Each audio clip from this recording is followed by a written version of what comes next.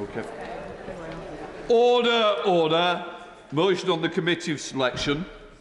The question is, as on the order paper, as many that opinion say aye. Aye. The contrary, no. I think the ayes have it. The ayes have it. We now come to questions to the President of COP26. Julian Sturdy. Number 1, Mr. Speaker. Mr. Speaker, with your permission, I will answer questions 1 and 10 together. Our overarching objective for COP26 is to keep within reach the goal of limiting average global temperature rises to 1.5 degrees. To achieve this, we've been asking countries to set out ambitious emissions reduction commitments, come forward with adaptation plans, for developed countries to deliver on their climate finance promises, and for us collectively to reach agreement on the outstanding elements of the Paris Rulebook. Julian Sturdy. Thank you, Mr. Speaker. Given the government's recent wise decision to recognise that environment-saving gene editing technology should be recognised differently to GM, will ministers use COP26 to champion this and other cutting-edge science and technologies that provide some of the best solutions to the problems of sustainability and climate change? Well, Mr. Speaker, my honourable friend raised a really important point, and of course science and innovation are absolutely crucial to tackling climate change and also delivering green growth. Innovation will be discussed at the World Leaders Summit at COP26, and on the 9th of November we will provide a particular focus on discussing and indeed showcasing science and innovation's role in tackling climate change. Rob Butler.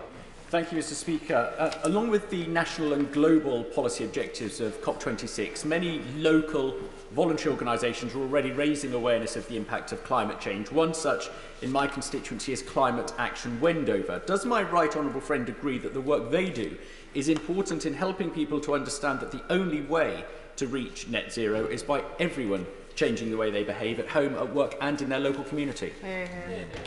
Well, Mr. Speaker, I want to congratulate my honourable friend and indeed Climate Action Wendover for all their work in encouraging climate action from local residents and businesses. And of course, local communities across the country are playing their part in tackling climate change. And I want to tell my honourable friend that the Cities, Regions and Built Environment Day at COP26 will indeed provide a focus on local community action. Thank you, Mr. Speaker. The Minister will know that there is widespread concern about a lack of clarity as we get so close to COP as to what will actually be happening at the summit and what the priorities will be. Could he tell me what discussions he's had with the small island developing states to make sure that their concerns are fully represented, that they have a voice at COP and that we actually come away from COP with something that really helps them meet the challenges that they face? Mr. Speaker, the Honourable Lady raises an incredibly important point, and yes, I have a very regular dialogue with representatives of small island developing states, and I've been very clear. I think one of the things we want to do through this presidency is champion the developing countries who are at the front line of climate change. SNP spokesperson Deirdre. Thank you, Mr. Speaker. It's good to hear that the COP President is interested in challenging those developing countries, given that climate change's most severe impacts fall heaviest on those developing countries that had least to do with causing it, and that many consequences of climate change are already locked in, regardless of mitigation of efforts. Its vital COP26 includes an agreement on loss and damage compensation. Is the President's government aiming for an equitable loss and damage agreement that compensates developing nations and recognises the disproportionate role of developed nations in causing that loss and damage? Well, Mr. Speaker, I can tell her that loss and damage is an issue that ministers have debated at both the London ministerial meeting that I hosted, but also in the pre-COP in Milan. And clearly what comes forward at COP will be a consensus agreement, but I can tell her that we are determined to make sure that the Santiago network is operationalised, and of course we will see what further discussions take place around this issue. Given that more than a quarter of the increase in carbon emissions since 2000 have come from China, are we expecting a strong and prominent Chinese delegation at COP26? Mr. Speaker, there will be a delegation coming from China. As he may know, that I was there in September. I had constructive discussions, but China, along with every other country, needs to come forward with ambitious plans to cut emissions by 2030 before COP26. And on you. We go to Anna McMorran. Question number 2, Mr. Speaker. President Sean. Mr. Speaker, the commitments by countries at Paris in 2015 bent the curve of global warming to below 2 degrees, and the International Energy Agency, in a report published last week, has concluded that if countries deliver on all their recent commitments, we are on course for around 2 degrees. But in order to keep 1.5 within reach, all countries, particularly the G20 nations, need to submit ambitious 2030 emission reduction targets and, of course, commit to net zero by the middle of the century. Thank you, Mr. Speaker. The Minister talks of ambitious plans, but the government's net zero roadmap yesterday is weak on land and agriculture. 20% of the UK's annual emissions come from natural resources. No plan can claim to build back greener unless we're doing everything in our power to achieve the 2-degree target, or in fact the 1.5-degree goal. But peatlands are the biggest storage of carbon, and they continue to be burnt. The government's ban only includes a third of upland peatland, allowing the rest to burn. So what is the government doing to shut down the loophole that it created? Very good. President Sharma. Well, Mr. Speaker, the first thing I'd say that in terms of net zero strategy, it is a coherent and comprehensive plan. It's been welcomed by many people. It's been welcomed by business. It is about emissions coming down and jobs being created. But when it comes to peat, she will know that we have published already a peat strategy, and I'd be very happy to share that with her. Paul Howell. Mr. Speaker, would you agree with me and the APBG for Left Behind Neighbourhoods that sometimes the way to get people engaged is actually by engaging them with things that matter to them, like the cost of heating in their house, as opposed to changing the green agenda every time? If we can go for different agendas for people, it can get a lot more acceptance and a lot more buy-in. Well, Mr. Speaker, my honourable friend is indeed a champion for his Sedgefield constituency, and he's right. He's pointed out a number of ways that we can bring about change in terms of obviously reducing the cost of bills, but also ensuring that we are helping to cut emissions. There is a role for all of us to play. Mr. Speaker, with 10 days to go before COP, much is riding on the shoulders of the COP President, and we wish him well. But to deliver 1.5 degrees, we have to cut emissions by 28 billion tonnes by 2030, a halving of global emissions. So far, the pledges made for Glasgow amount to at most 4 billion tonnes, so we're not yet where we want to be. Does he agree with me that we need to be honest about this maths? And if he does, can he tell us his assessment of how much of this gap we can close at Glasgow to keep 1.5 alive? President Sharma. Well, Mr. Speaker, both the Honourable Right Honourable Gentleman and I agree that we have to ensure that we close the gap and that we halve emissions by 2030 on a 2010 baseline. Now, it is the case, as I said in answer to an earlier question, is that because of the commitments that have been made, so long as they're followed through on, we are heading towards 2 degrees. But clearly, what we need is the G20 to come forward with their emissions reduction targets, and then we will have to have a consensus view on how we reach agreement for the next few years. Can I suggest to him that the rest of the UK government could make a difference, even in these final days, by not undermining his work? So the Trade Secretary should not be giving big emitters a free pass by doing a deal with Australia, allowing them to drop their temperature commitments. The Prime Minister should deliver on the promise made at the G7 to vaccinate the developing world by the end of 2022. And the Treasury should stop undermining the green transition at home and help build the international coalition we need by reversing the cut in overseas aid in the budget. Does he agree with me that these suggestions would help him deliver on his historic responsibility at the COP? President Sharma. Mr. Speaker, the whole government is committed to our net zero strategy, which was published yesterday.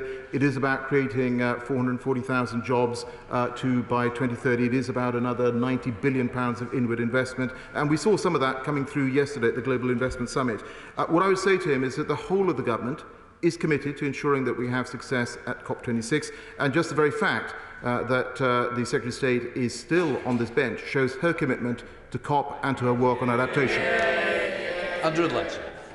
Question 3. Minister. Thank you, Mr. Speaker. I thank my right honourable friend for her question. I know she shares my view of the importance of unleashing investment for climate. Though a global green investment bank isn't on the COP agenda itself, we're working with all levels of the global financial system, treasuries, regulators, multilateral development banks, central banks and markets to mobilise that private and public capital. Andrew Adlet.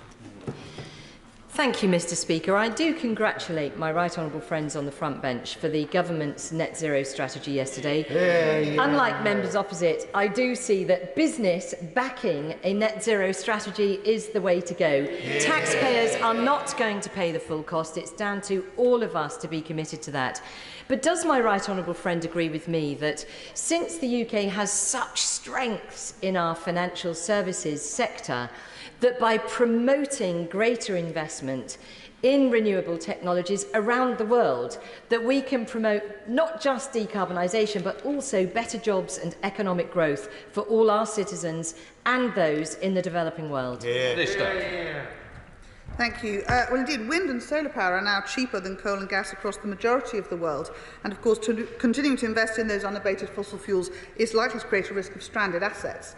So the opportunities for business investment into green technologies have never been better, with green high-quality jobs across the UK, but across all countries as they invest in their green technologies too, and those revolutions that drive the opportunity to boost global GDP by up to 2.4% with those investments. Wendy Chamberlain. Question 4, Mr. Speaker. Minister. Thank you, Mr. Speaker. The UK works with all countries to deliver ambitious action on climate change and ensure that human rights are placed at the forefront of our climate action. Under the UK's COP presidency, we bring forward a declaration for donor countries to support the conditions for a just transition from high-carbon industries into quality, decent new jobs. Wendy Chamberlain. Thank you, Mr. Speaker. Human rights abuses, such as the treatment of the Uyghurs in China, is hugely relevant to COP. And an investigation earlier this year found that 40% of UK solar firms were built using panels from firms linked to forced labour in Xinjiang, China. How does the COP26 President intend to approach the need to work together with countries like China while also meeting our moral obligations in relation to these abuses? Minister. Thank you. The allegations are indeed a cause for concern. Further detailed investigation is required to establish to what extent that forced labour is present in the solar supply chain. We are thoroughly investigating those allegations. On the 12th of January, we'd announced a series of measures to help ensure that no UK organisation is complicit in human rights violations or abuses taking place in Xinjiang, including strengthening the overseas business risk guidance to support businesses in making the right choices. David Mundell. Number 5, Mr. Speaker. President Sharma. Mr. Speaker, with your permission, I'll answer questions 5 and 7 together. I've met a range of society and youth groups in every country that I've visited in my COP role. Alongside that, I co-chaired the COP26 Civil Society and Youth Advisory Council. Last month, I attended the Youth for Climate Driving Ambition Conference to hear firsthand from almost 400 youth climate activists representing 186 countries. Speaker, the big disappointment for me is the chaotic and shambolic way in which SNP-led Glasgow City Council have approached this major global event that is coming to Scotland. Can the President reassure me that whatever the inadequacies of the Council, they will not detract from the event or its ability in future to positively reflect on communities in Glasgow and across Scotland? Well, Mr. Speaker, what I would say to my right honourable friend is that we have had a good working relationship with delivery partners across the piece, and it's very important that continues. But he has highlighted, obviously, a number of local issues. I'd be very happy if he wants to get in touch with me, and I will see what we can do to try and solve the problems. Andrew. Thank you, Mr. Speaker. Harrogate High School, St Joseph's Primary and Zero Carbon Harrogate promote their Walk to School Day. Talking to the pupils, their interest in environmental progress was very strong. So, has my right honourable friend shared the feedback from his consultations with other government departments to promote such work as promoting sustainable transport both domestically and internationally? Yeah, Mr. Speaker, I do want to pay tribute to my honourable friend and, of course, Harrogate High School and Zero Carbon Harrogate for promoting sustainable travel initiatives. He will know that the COP unit is working very closely with other government departments, transport, business, on sustainable transport initiatives. And I just want to give him one example. This is the Zero Emissions Vehicle Transition Council, which is working with ministers representing leading car markets across the world to accelerate the move to electric vehicles. Listen to us. Thank you very much, Mr. Speaker. And as the MP in whose constituency COP is taking place, I look forward to welcome you all to Glasgow in coming weeks. But can I ask the Minister, there are many businesses affected by COP and being forced to close, and they're finding it very, very difficult to get answers from the Cabinet Office on how much compensation they will be entitled to for the closure of their businesses. So I would be grateful if you could meet with me to try and resolve some of these matters, because businesses are very worried that they will lose out significantly as a result of COP coming. Mr. Speaker, as the Honourable Lady will know, I have written to local members of Parliament to tell them that businesses that are within the secure perimeter will be compensated for any loss of revenues. But of course, this is also going to be an opportunity with the number of people coming for businesses across Glasgow to benefit. But I'll be very happy to meet with her. Yeah. We're all about. Mr. Speaker. Minister. Thank you, Mr. Speaker. The 2019 decision of Surrey County Council to grant planning permission for 4 new boreholes is currently subject to a legal challenge which will be heard by the Court of Appeal in November later this year. So therefore, it would not be appropriate for me to comment on the specifics due to the ongoing litigation. The International Energy Agency has warned that if the world is to reach net zero by 2050, exploitation and development of new oil and gas fields must stop this year. Yet there are currently proposals for multiple new exploratory oil developments across the UK. With just 11 days to go until world leaders gather in Glasgow, how can the COP26 president justify these developments against the government's stated aim of keeping global warming to 1.5 degrees? Minister. Thank you, Mr. Speaker. As I announced earlier this year in my former role, the Government is going to be introducing a climate compatibility checkpoint for any new licences which will be issued in order to assess whether any future licensing rounds remain in keeping with our climate goals. The checkpoint, which we've committed to launch by the end of this year, will be used to assess the climate compatibility of any future licensing rounds. Karen Bow. Number 8, sir. Question 8. So sorry, Mr. Speaker. Supporting vulnerable communities around the world to adapt to climate impacts is a top priority for COP26. We are encouraging improved adaptation planning, integration of climate risk into decision making, and increased and more accessible adaptation finance to deliver effective, inclusive adaptation and loss and damage action on the ground. The most climate vulnerable states need and demand more assistance from the developed world for climate transition and adaptation. This has the potential to derail COP26. So can the Minister tell us what are the government's aims for increasing the level of support at Glasgow that is going to help transition and adaptation in the poorest countries, and particularly whether it is the government's intention to lobby for that aid to be in the form of grants rather than loans? Thank you, Mr. Speaker. The role I've had the great honour to hold as the International Champion on Adaptation and Resilience and travelling the world this year has been to nothing else to make so clear from so many countries that the challenges they need are often access to finance. So we have worked, the COP unit and the FCDO, we've worked tirelessly all year to work on how we can find better ways to ensure that access to finance, and indeed that the 100 billion is committed by developed countries to make sure that we can ensure those countries have the finance they need to make those sort of adaptive changes. Shadow Minister Matthew Fenton. Thank you, Mr. Speaker. Success at COP depends in part on developed countries finally honouring that 2,900 billion promise. Yet with just 12 days left, there remains a staggering 14 billion shortfall, and the German-Canadian delivery plan has still not materialised. Can the Minister therefore tell the House whether the government agrees that it's essential that the 100 billion commitment be met before delegates arrive in Glasgow, and whether she concedes that the UK is likely to have to reassess its own contribution in order that it is? Minister. Thank you, Mr. Speaker. My right honourable friend, the COP President Delegate, has spent an enormous amount of time and continues to do so to ensure that we can reach that 100 billion figure, which is a clear symbol of intent. And I know he is continuing to have conversations with the Germans this week before we get there. But there's absolutely a key focus of the team and indeed of all those who know that it is a terribly important marker to meet, and in order that we can make sure that it is able to reach those who need it most. Number 9. Mr. Speaker, overall, the NDCs that have been put forward are not adequate because by the 30th of July, 78 countries had still not published updated NDCs. However, the 113 updated NDCs that had been submitted would lead to a reduction in emissions of 12% by 2030, and if you take into account the subset of 70 countries with updated NDCs and net zero commitments or long-term strategies, those would lead to a 26% reduction in emissions. Very grateful to the Secretary of State for that answer. In his discussions around nationally determined contributions, has he come across a single other country, other than the UK, that's committed to count international aviation and maritime emissions in our net zero strategy?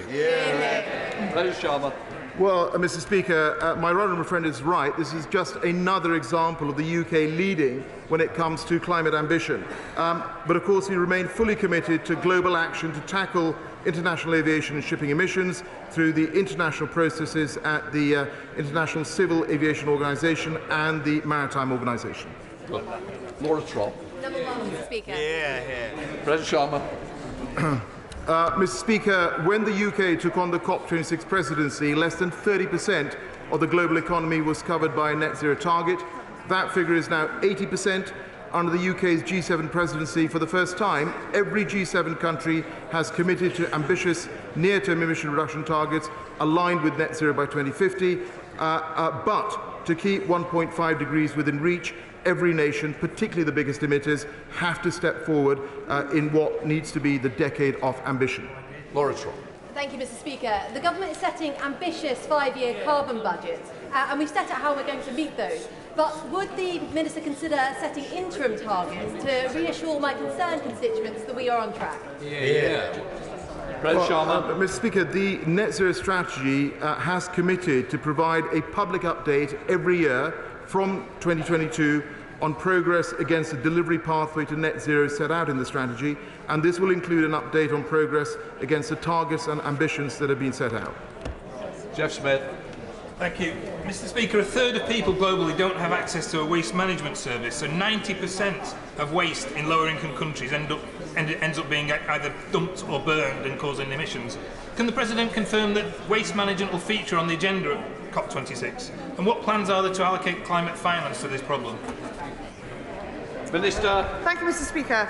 Waste management is a critical part of helping us to reach net zero across the planet, and I was very, very pleased to see in the Duke of Cambridge's Earthshot Prize on Sunday that there was a really interesting Indian solution for farmers so that they could reduce their waste management and ensure they didn't have to burn their crops. Andrew Jones. Thank you very much, Mr. Speaker. Harrogate District Climate Change Coalition are staging their first Climate Action Festival to coincide with COP26. It's full of events promoting ways that people can decarbonise their lives, businesses, academics, community groups involved. Would you join me in congratulating them on this excellent initiative and perhaps consider joining us for the second festival? Well, Mr. Speaker, there is no festival better than a Climate Action Festival. I want to congratulate the Harrogate District Climate Change Coalition. They have brilliantly demonstrated that tackling climate change is an all-of-society endeavour, bringing together business, civil society and government. That's great. Karamba.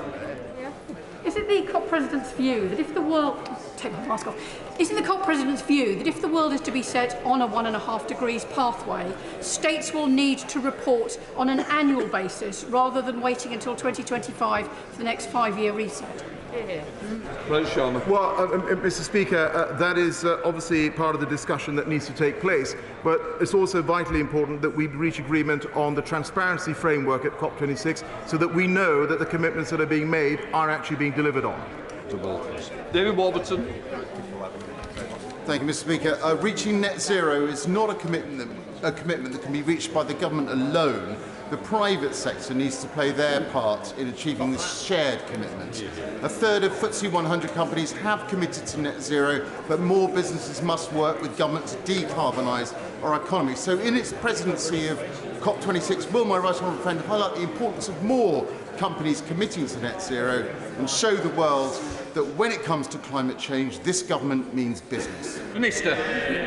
Mr Speaker, business action is critical if the government is to achieve the goal of reaching net zero by 2050, and that's why since CPD took on the role, he's been actively calling for business to join the Race to Zero, a UN-backed campaign supported by the UK government. It requires businesses to take robust short-term action to halve global emissions by 2030 and to achieve net zero emissions as soon as possible. There are now 4,470 companies who have signed up to Race to Zero. Michael. Thank you, Mr Speaker. Can I thank the Secretary of State for International Trade for her visit earlier this year to the European Marine Energy Centre in Stromness. I know that she heard there the very compelling case for the next round of contracts for difference auctions to have a pot within a pot for tidal stream generation. We're disappointed that the first draft of that does not include the pot within the pot. So can I ask her and the President of COP26 to renew their representations to Treasury to make sure that we get that so that we can take advantage of the opportunities? Hear, hear. Thank you, Mr Speaker. It was a wonderful visit, and I thank him and the community for welcoming me so heartily. Absolutely, this is an important. All those new technologies that are going to help us meet net zero, not only in the UK but across the world, are ones that we want to see continue to invest in. And I know that my right honourable friend, Secretary of State for Business, will continue to champion these issues. Cheryl Murray. Thank you, Mr Speaker. Can I ask my right honourable friend, as chair of the APPG for Fisheries, I have spoken to many fishermen who are small businesses in their own right. What conversations has he had with those who fish about potential environmental agreements? Well, Mr Speaker, reaffirmed by our 25-year environmental plan and our fisheries white paper, the government is committed to sustainable fishing and indeed the principle of maximum sustainable yield. And of course, should be pleased to know that we are also committed to helping industry to reduce the adverse impacts on the marine environment and adapt to climate change. Final question, Darren Jones. Thank you, Mr Speaker. Only 13 of the G20 nations have committed to net zero by law. Does the COP President expect all G20 nations to commit to net zero by law at COP26? President Sharma. Mr Speaker, I would like every country to step forward with a net zero target. When we started, it was 30% of the world economy. It's now 80%. And of course, we need those NDCs to come forward as well before COP.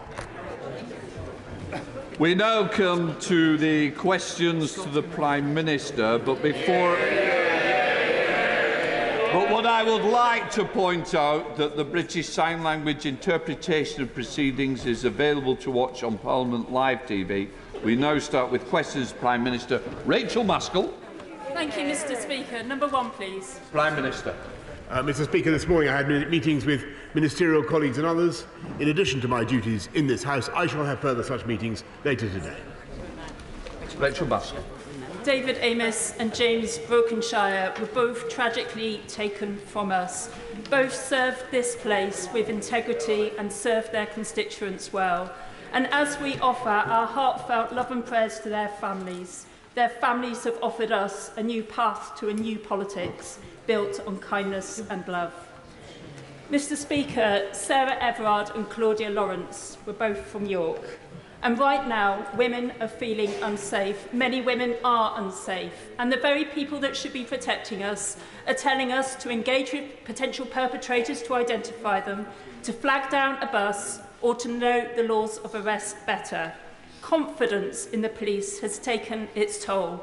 But as women, we are confident and determined to change this. So every girl and every woman can live at home without fear, can go to school or work without harassment, can go online without objectification, and can walk our streets safely again. What steps will the Prime Minister take to ensure women with lived experience can lead on this work, and by when? Prime Minister. I thank her very much for her question, and she raises a most important issue, Mr Speaker, one of the most important that this country faces. And I want all people in this country, particularly women, to feel confident in our police force, and I believe that they can and that they should. And what we're doing now to make sure that women in particular feel safe at night is we're investing in safer streets, in better street lighting, in more CCTV, But what we also have to do, Mr. Speaker, as I think the whole House understands, is ensure we deal with the systemic problems in the criminal justice system to ensure that men, and I'm afraid it is almost always men, get prosecuted for rape and for crimes of serious sexual and domestic violence in the way that they should, and that we secure the convictions that we should, Mr. Speaker, and that when we secure those convictions, those individuals get the tough sentencing that they deserve, Mr. Speaker, and that's what this side of the House believes in. Local. Thank you, Mr. Speaker. Having a prematurely born child in neonatal intensive care means that for families every day can be a struggle, practically, financially and emotionally. Trying to continue with life as normal whilst racked with worry and a guilt that simply never leaves you is just not possible. That's why the Prime Minister's commitment to deliver neonatal leave and pay for parents in this situation is so important. So will the Prime Minister meet with me to discuss how quickly we can put this through Parliament so parents are getting this support as quickly as possible? Prime Minister. Mr. Speaker, I will make sure that my honourable friend has the relevant meeting as fast as we can organise it. And I know that many parents, particularly those who have premature and sick babies, feel that the current system isn't working well for them. And that's why I can tell my honourable friend we will legislate to allow parents of children in neonatal care to take extended leave. Details of this policy were published last year, and we will bring forward the legislation as soon as possible. We now come to Leader of the Opposition, Keir Starmer. Thank you, Mr. Speaker. Can I pay tribute to Ernie Ross, a formidable campaigner who served this place and his constituents with great distinction for 3 decades. Mr. Speaker, I will pay my respects and tribute to James Brokenshire immediately after this Prime Minister's questions. Can I thank the whole House for the way the tributes to Sir David were handled on Monday? We saw the best of this House, and I want to see if we can use that collaborative spirit to make progress on one of the issues that was raised on Monday, tackling violent extremism. It's 3 years since the government promised an online safety bill, but it's not yet before the House.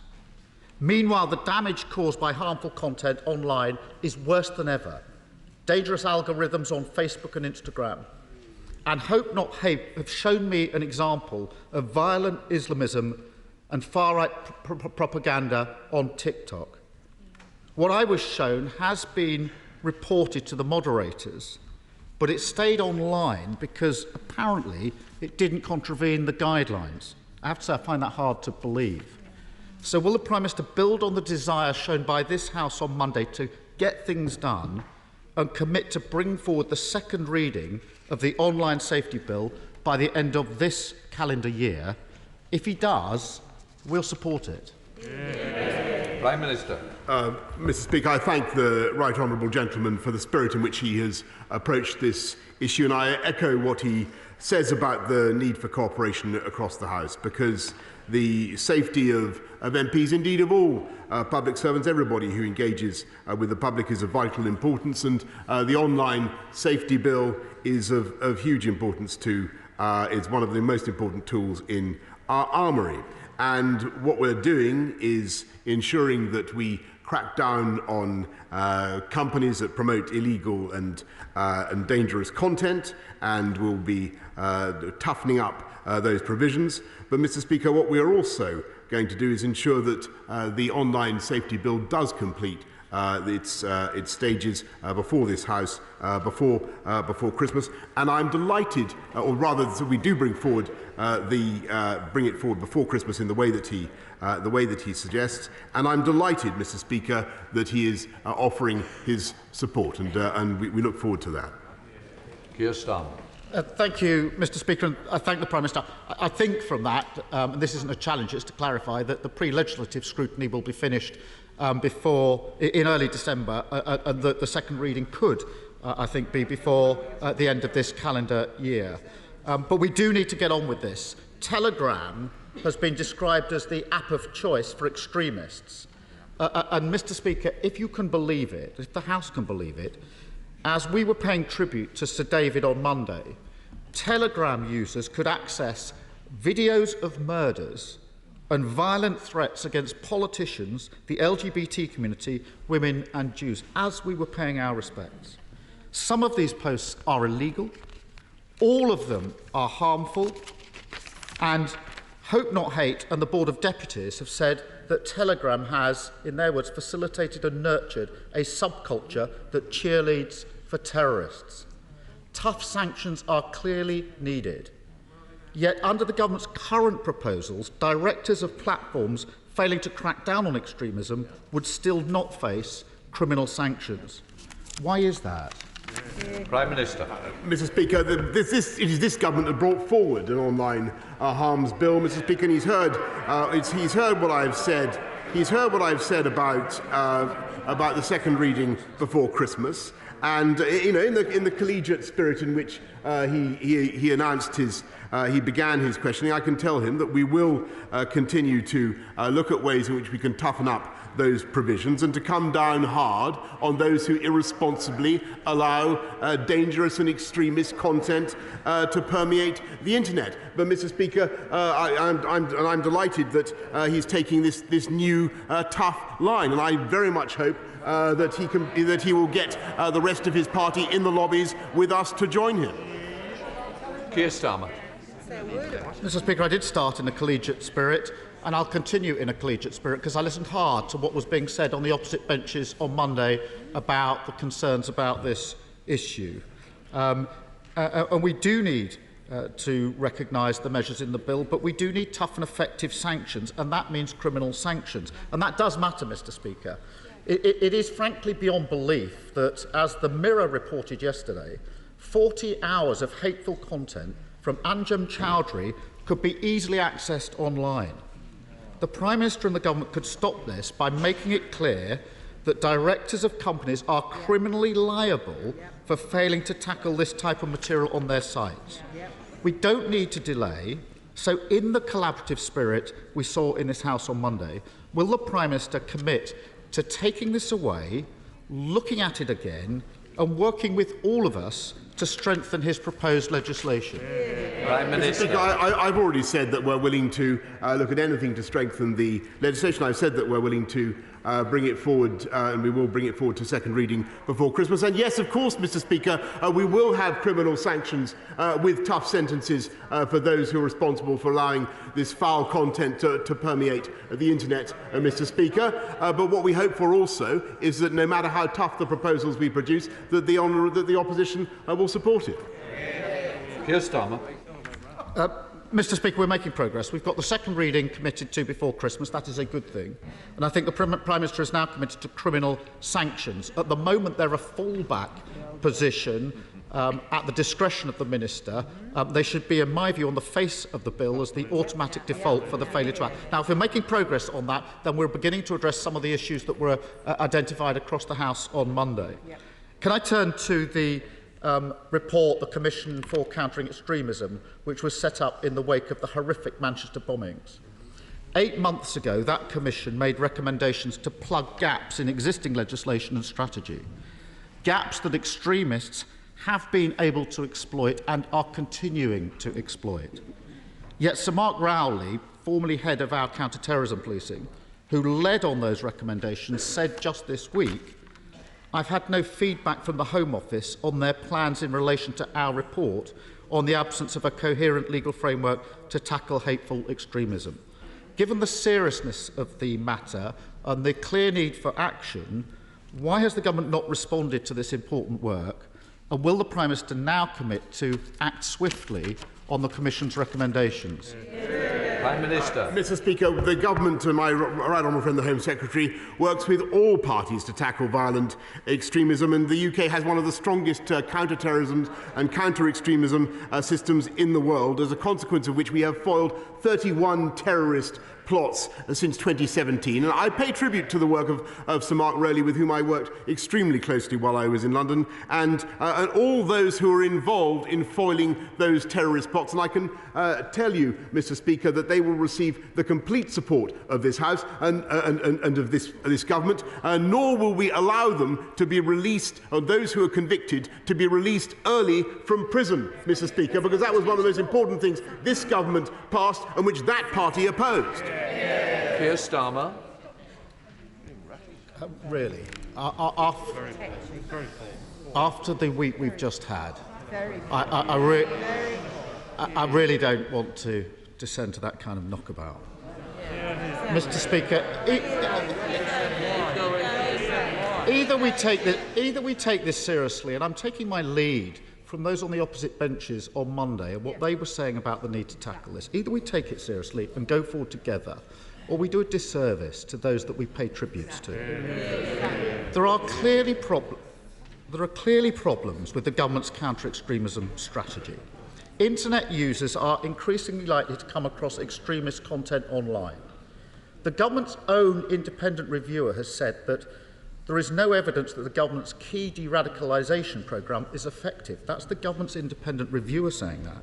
And we've seen a spate of lone attack killings with the perpetrator invariably radicalised online. We all want to stop this across this House, but at the moment things are getting worse, not better. So what urgent plans does the Prime Minister have to fix these glaring problems? Prime Minister. Well, Mr. Speaker, I'm all in favour of a collegiate and cooperative approach, and then in which case I think it would be a fine thing if the opposition would withdraw their opposition to our measures to stop the early release of serious extremist and violent offenders. That's all I'm trying to say. In a collegiate approach, and I'm sure that is what the people of this country will wish to see. But we will continue to do everything that we can to strengthen our counter-terrorism operation and to support all those who are involved in keeping us safe. And obviously it is too early to draw any particular conclusions from the appalling killing of our colleague, but we will draw all relevant conclusions from that investigation.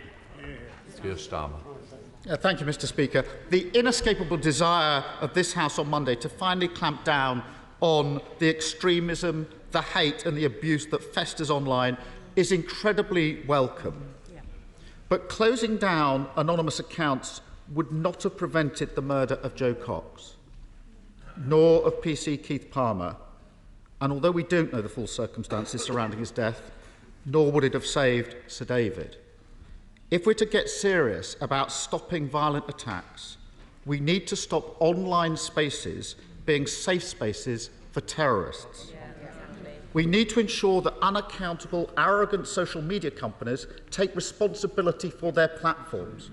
We need to end the delays, get on with the legislation and clean out the cesspit once and for all. Mr. Speaker, I've prosecuted terrorists and I've prosecuted extremists. I've worked with Sir Mark and others. Dozens of Labour MPs have worked hard on tackling social media companies on these issues. I started collegiately and I'll continue collegiately. We know what it takes. We can help. So will the Prime Minister now capture the spirit that we've seen this week and agree to work with us on a cross-party basis so that we can tackle violent extremism and its enablers together? Prime Minister. Mr. Speaker, I'm delighted to join the right honourable gentleman in committing to tackling online harms together, to tackling violent extremism together, and that is what the government is doing, and that's why we brought forward the online harms bill. That's why we're investing record sums in tackling counter-terrorism. But, Mr. Speaker, I must say that what I think the whole country and the whole House would certainly want to see, in addition, if I can say this to the right honourable gentleman in a collegiate spirit, in addition, is a commitment by the Labour Party in future to support measures and not to allow the early release of those terrorists and those who are convicted of those offences from prison. And if we could hear that from the Labour Party, I think it would be a fine thing. Crispin Blunt. Mr. Speaker, knowing my right honourable friend's commitment to UK bioscience and his understanding of the exciting potential for improving mental health treatments for conditions such as depression, trauma and addiction, will he cut through the current barriers to research into psilocybin and similar compounds so the British public receive, and British science research and British pharmaceutical companies enable the potential treatments into these most debilitating conditions to be delivered at the earliest possible opportunity? Prime Minister. I thank my honourable friend, I know, who has a very active interest in this area. What I can say to him is that we will consider the Advisory Council on the Misuse of Drugs recent advice on reducing barriers to research with controlled drugs such as the one he describes, and we'll be getting back to him as soon as possible. We now come to the Leader of the SNP, Ian Blackford. Thank you, Mr. Speaker, and can I join with the Leader of the Opposition in sending condolences to the family of Ernie Ross. Mr. Speaker, in 11 short days, world leaders will gather in Glasgow for COP26. This is our best chance, and very likely our last chance, to confront the climate emergency faced by our planet. That is why it was such a devastating blow that on the eve of COP26, this UK government rejected the Scottish cluster's bid to gain Track 1 status for carbon capture storage. Today's Press and Journal have said there is no valid reason and no acceptable excuse for this decision, and have called for a U-turn on this colossal mistake immediately. We know this decision wasn't made on technical or logical grounds. This devastating decision was purely political. Scotland's North East was promised this investment in 2014. It is a promise that has been broken time and time again. So, Mr. Speaker, will the Prime Minister finally live up to those promises, or are they simply not worth the Tory election leaflets that they are written on? Prime Minister. Mr. Speaker, we remain absolutely committed to helping industrial clusters to decarbonise across the whole of the country, and of course including Scotland. And I know that there was disappointment about the Acorn bid in Aberdeen, and that's why it has been selected as a reserve cluster, Mr. Speaker. But there could be no more vivid testimony to this government's commitment to Scotland, or indeed to fighting climate change, that the whole world is about to come to Scotland, Mr. Speaker, to look at what Scotland is doing to help tackle climate change. And I congratulate the people of Scotland on their efforts. Ian Blackford. Mr. Speaker, people across Scotland are looking for answers today, and they're getting none. All they see is yet another Tory broken promise. It's bad enough that this UK government is holding back caption culture in Scotland, but across the board they are proving an active barrier to renewable energy opportunities. Tidal stream energy has the potential to generate 20% of UK generation capacity, exactly the same, Prime Minister, as nuclear. All this industry needs is a ring-fenced budget of £71 million, a drop in the ocean compared to the £23 billion that this government is throwing at the nuclear plant in Hickney. But the UK government are failing to give this support, threatening shovel-ready projects like Maygen in the north of Scotland. So at the very least today, Prime Minister, stand up and guarantee a ring-fenced budget for tidal stream energy and save this renewable industry from being lost overseas. Prime Minister. Well, Mr. Speaker, actually, I congratulate the right honourable gentleman on raising tidal energy. He's absolutely right. I've seen the amazing projects that are underway, and we're certainly we're looking at finance. We're putting huge sums, I think the House will acknowledge, into clean, green energy generation. And he's far too gloomy, Mr. Speaker, about the prospects of Acorn in Aberdeen. I think he needs to be seized with an unaccustomed spirit of optimism, because actually the Acorn project still has strong potential, and that's why it's been selected as a reserve cluster. And he should keep hope alive, Mr. Speaker, rather than spreading gloom in the way that he does. Thank you, Mr. Speaker. It's always a pleasure to follow the honourable gentleman and the new quiet man of British politics. Long may it continue. The weekend before last, I went to sea with the Brixham trawlers, and Brixham Fish Market is now turning over £1.4 million a week. They're looking forward to their share of the Levelling Up Fund, but they're also looking forward to the previously announced £100 million fisheries and seafood scheme. When will we be seeing that Pillar 2 and 3 launch, and will the Prime Minister reaffirm his commitment to our coastal communities and our fishing sector? I thank my honourable friend for what he's doing for fishing and for the coastal communities and for Brixham in particular. I understand the fish market in Brixham was outstandingly successful the other day. And what we're going to do is make sure that we continue to support fishing and the seafood business across the country. And the scheme has approved funding in Brixham, in Salcombe and in Dartmouth, Mr. Speaker, and a further £100 million is being made available through the UK Seafood Fund to support our fisheries.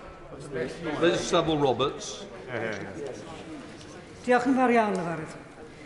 If COP26 is to be successful, people must be at the heart of our net zero mission. For too long, the UK economy has left too many people behind, with wealth and investment hoarded in the southeast of England. Devolving powers over the Crown Estate would bring £500 million worth of offshore wind and tidal stream potential under Welsh control. Assets, of course, currently controlled by Westminster. Scotland, meanwhile, already has these powers.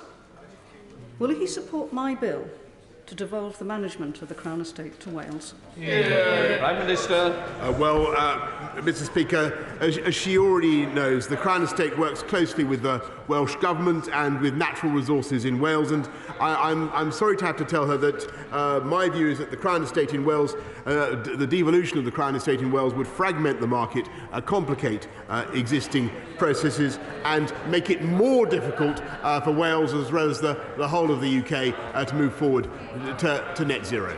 Brendan Clark-Smith. Thank you, Mr. Speaker. Delivering new homes is key to levelling up, as is putting that power in the hands of local people and making sure we build the right number in the right places. But my constituents, especially in Thievesdale and Ordsall, are concerned about over-intensive developments in our local plan. Well, the Prime Minister confirmed that the minimum housing requirement for Bassett Law is 4,896 and not the 10,000 as claimed by the Labour-run council. Well, Mr. Speaker, I'm not surprised to say that my honourable friend is completely right. And this government is determined to give the people of this country the homes that they need. We're building record numbers of homes, but we owe it to our kinder, gentler politics, Mr. Speaker, to be accurate about what is going on in our constituencies. And this government does not set local housing targets. And I understand that the draft Bassett Law local plan is subject to consultation. I would encourage him and his constituents to make their views known. Kirsten Oswald. Mr. Speaker, tomorrow at 2:50 p.m, my constituency will fall silent as we mark exactly 50 years since Scotland's largest peacetime explosion ripped through Clarkston Toll in East Renfrewshire. 10 shops were demolished by the ignition of gas which had escaped from a fractured gas main beneath the shops. A passing bus was caught up in the blast. 22 people died, mostly women, and over 100 were injured. Tomorrow, 50 years on, the community and families will come together for a memorial service. So will the Prime Minister join me in acknowledging the terrible losses that many families locally suffered and the continuing sorrow in the community, and in reflecting that the victims of the Clarkston disaster must never be forgotten? Prime Minister.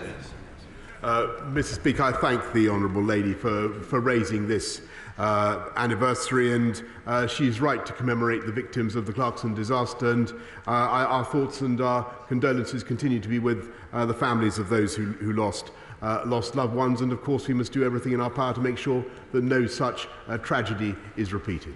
Robinson. Thank you, Mr. Speaker. The failings of Greater Manchester Police, which have led to it being placed in special measures, are well documented, including the failure to record 80,000 crimes in a single year, and those included domestic violence and sexual offences. But it's particularly important that the force addresses what a recent Manchester Evening News investigation called its culture of denial and secrecy.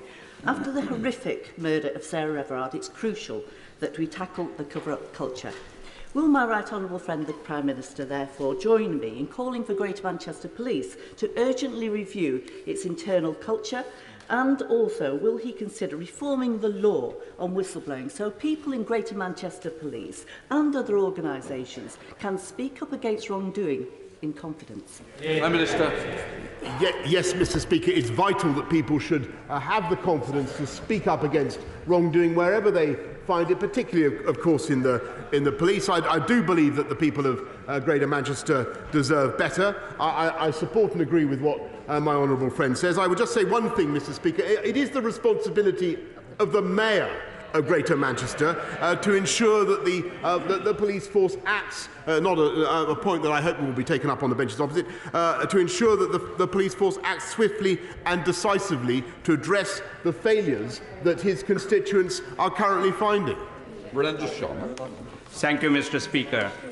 I would like to join colleagues in paying tribute to the Honourable Member for Southend-on-Sea. He was a good friend and an esteemed parliamentarian. I also wish to pay tribute to the Right Honourable Member for Old Bexley and Sidcup. He served this House and country assiduously and will be missed by members across the House. Mr. Speaker, heating bills, food shocks, and fuel costs are all rising at a staggering speed. This winter, millions of families on universal credit will be forced to choose between eating or heating. Given the crisis in living costs we are now facing, will the Prime Minister reconsider his scrapping of the universal credit uplift and reinstate the £20 a week lifeline he has just taken away? Mr. Speaker, what we're doing is ensuring that we keep costs of heating down with the price cap. We've increased the winter the warm homes allowance by £150 for 780,000 homes. And we've just given local councils another £500 million to help poorer families over the winter. But the most important thing that's happening, Mr. Speaker, in this country is that wages are going up. And there is a huge jobs boom now in this country, thanks to the policies that this government has pursued. Bob Blackman.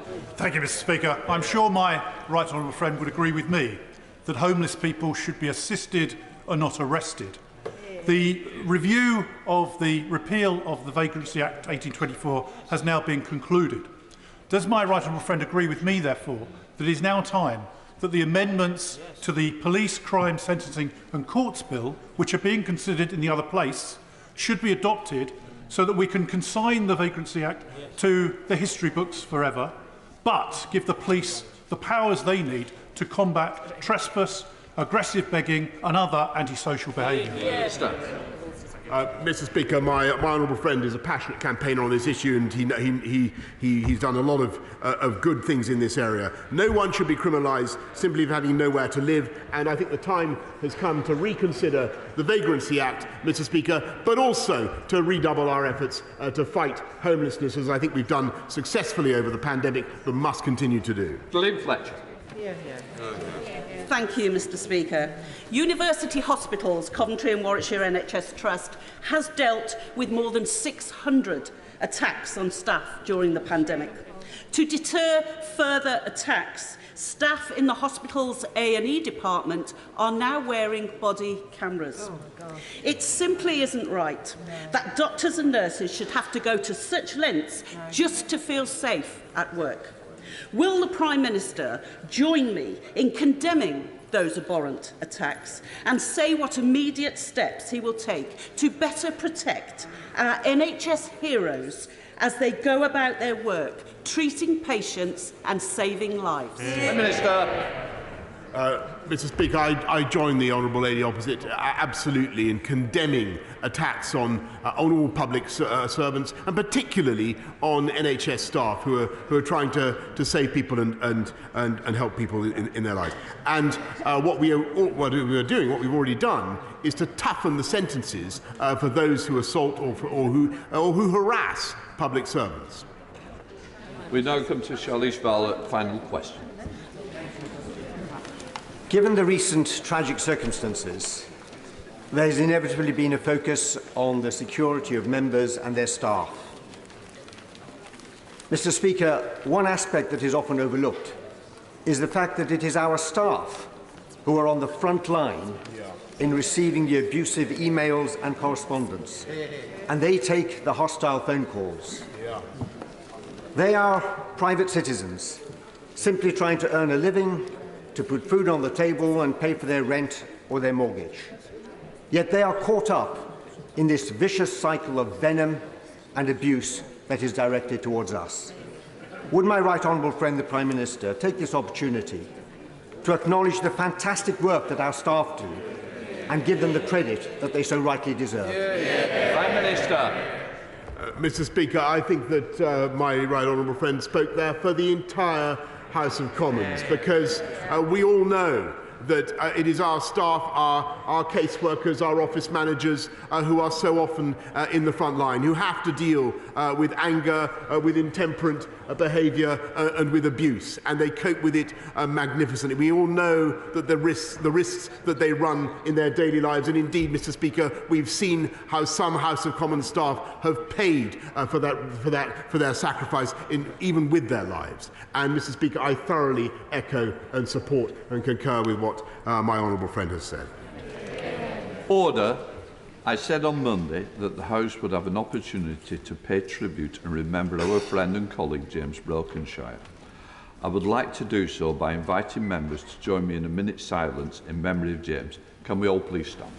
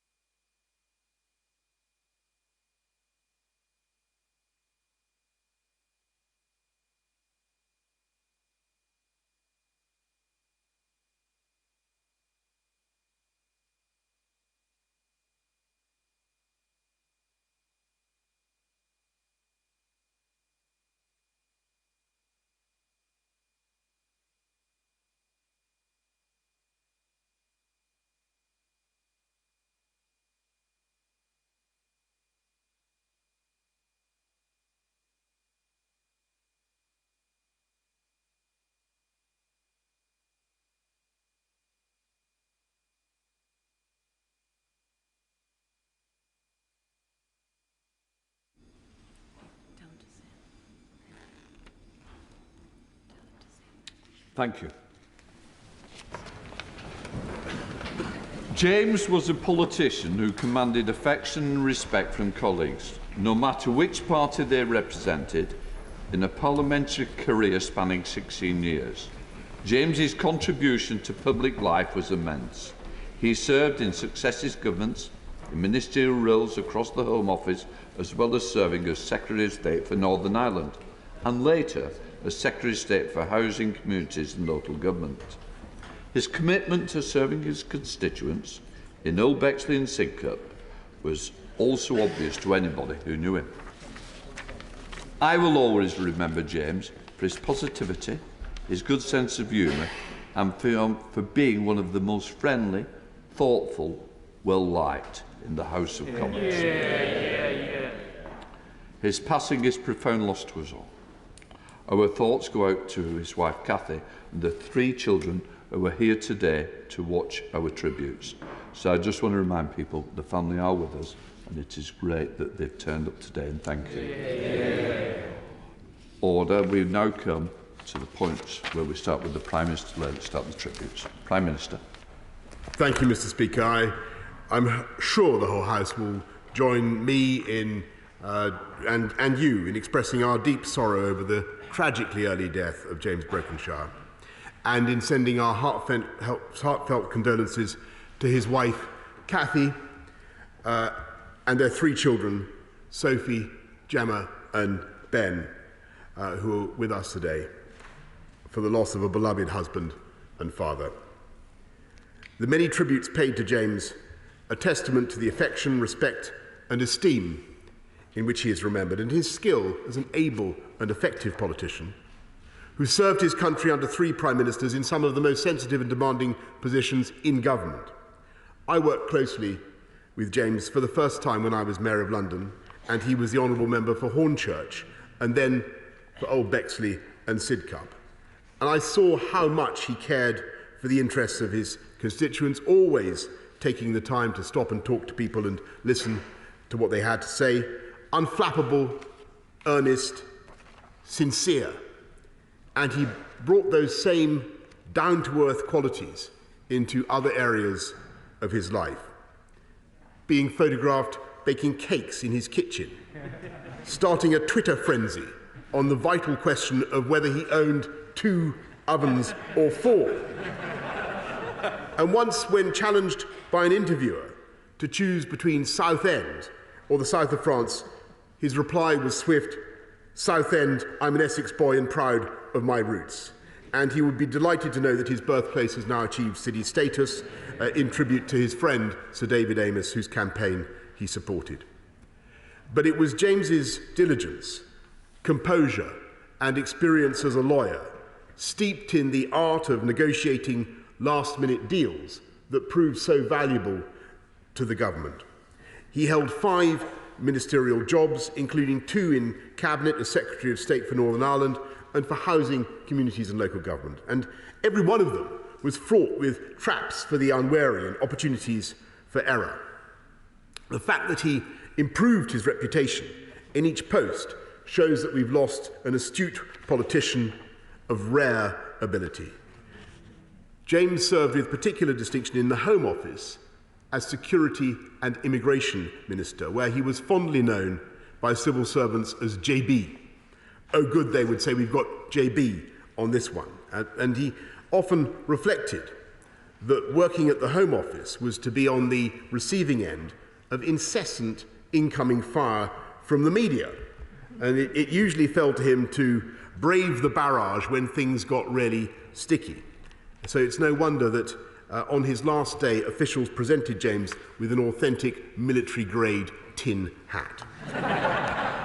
During that tumultuous period, which I remember well, he helped to keep our country safe.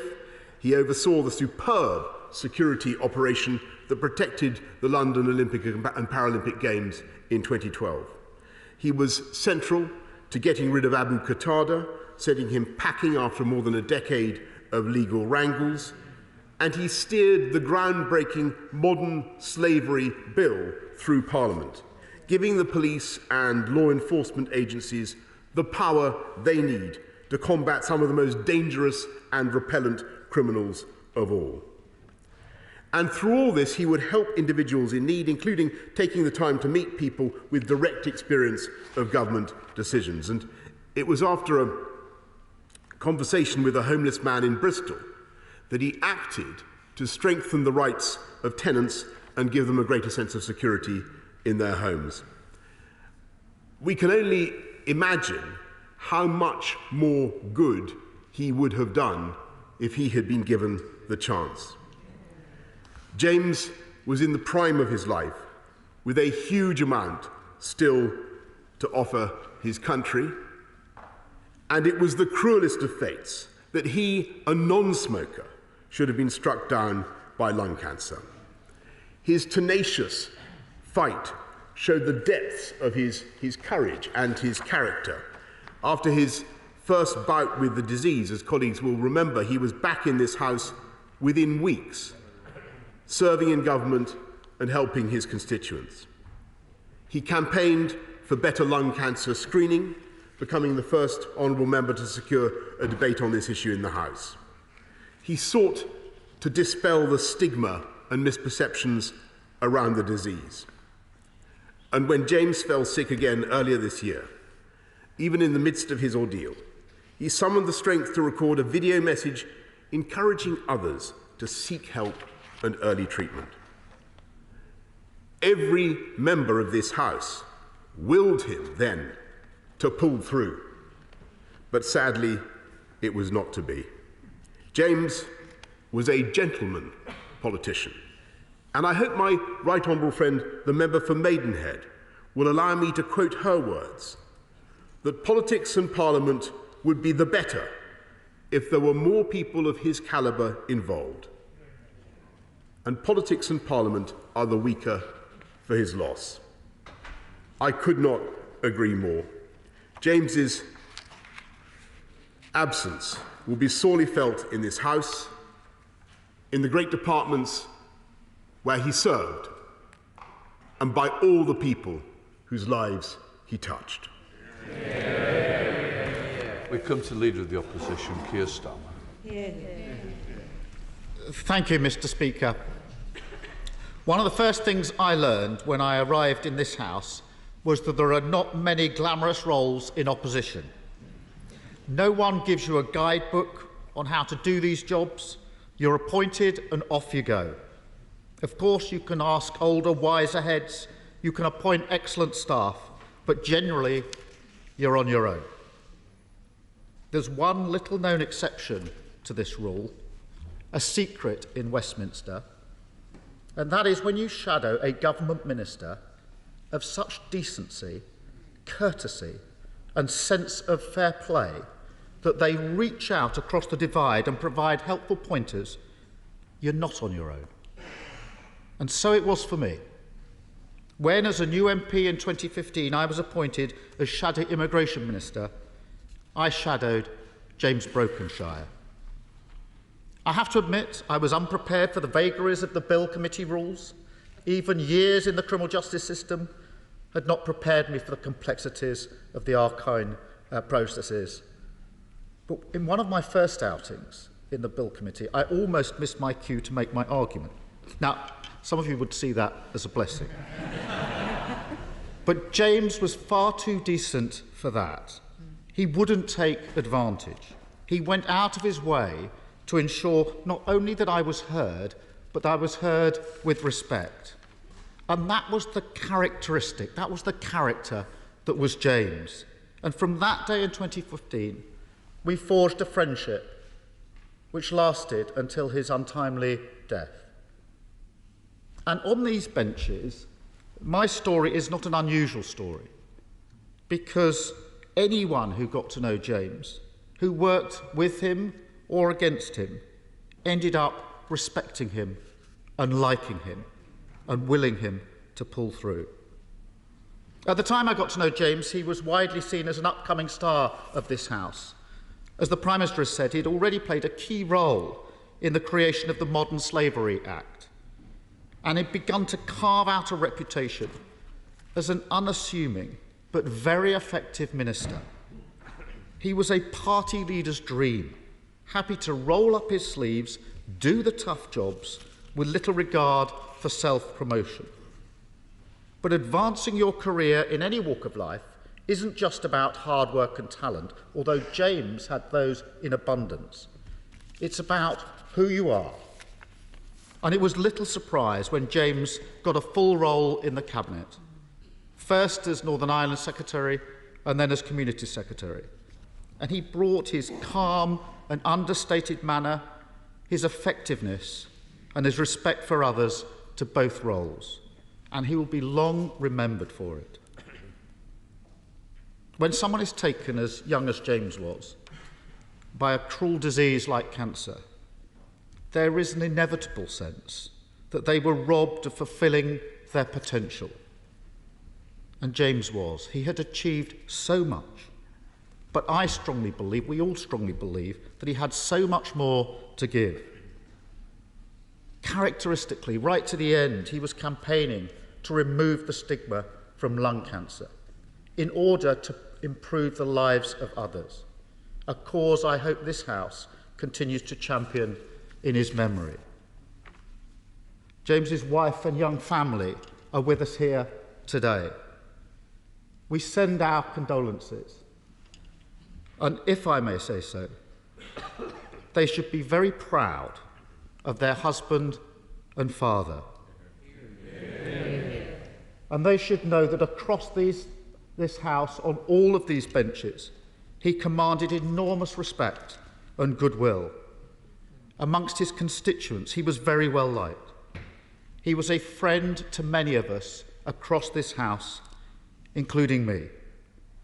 Our politics is poorer without him. We will miss him, but we will all ensure that his memory lives on. Thank you, Mr. Speaker. Father of the House, Sir Peter Bottom.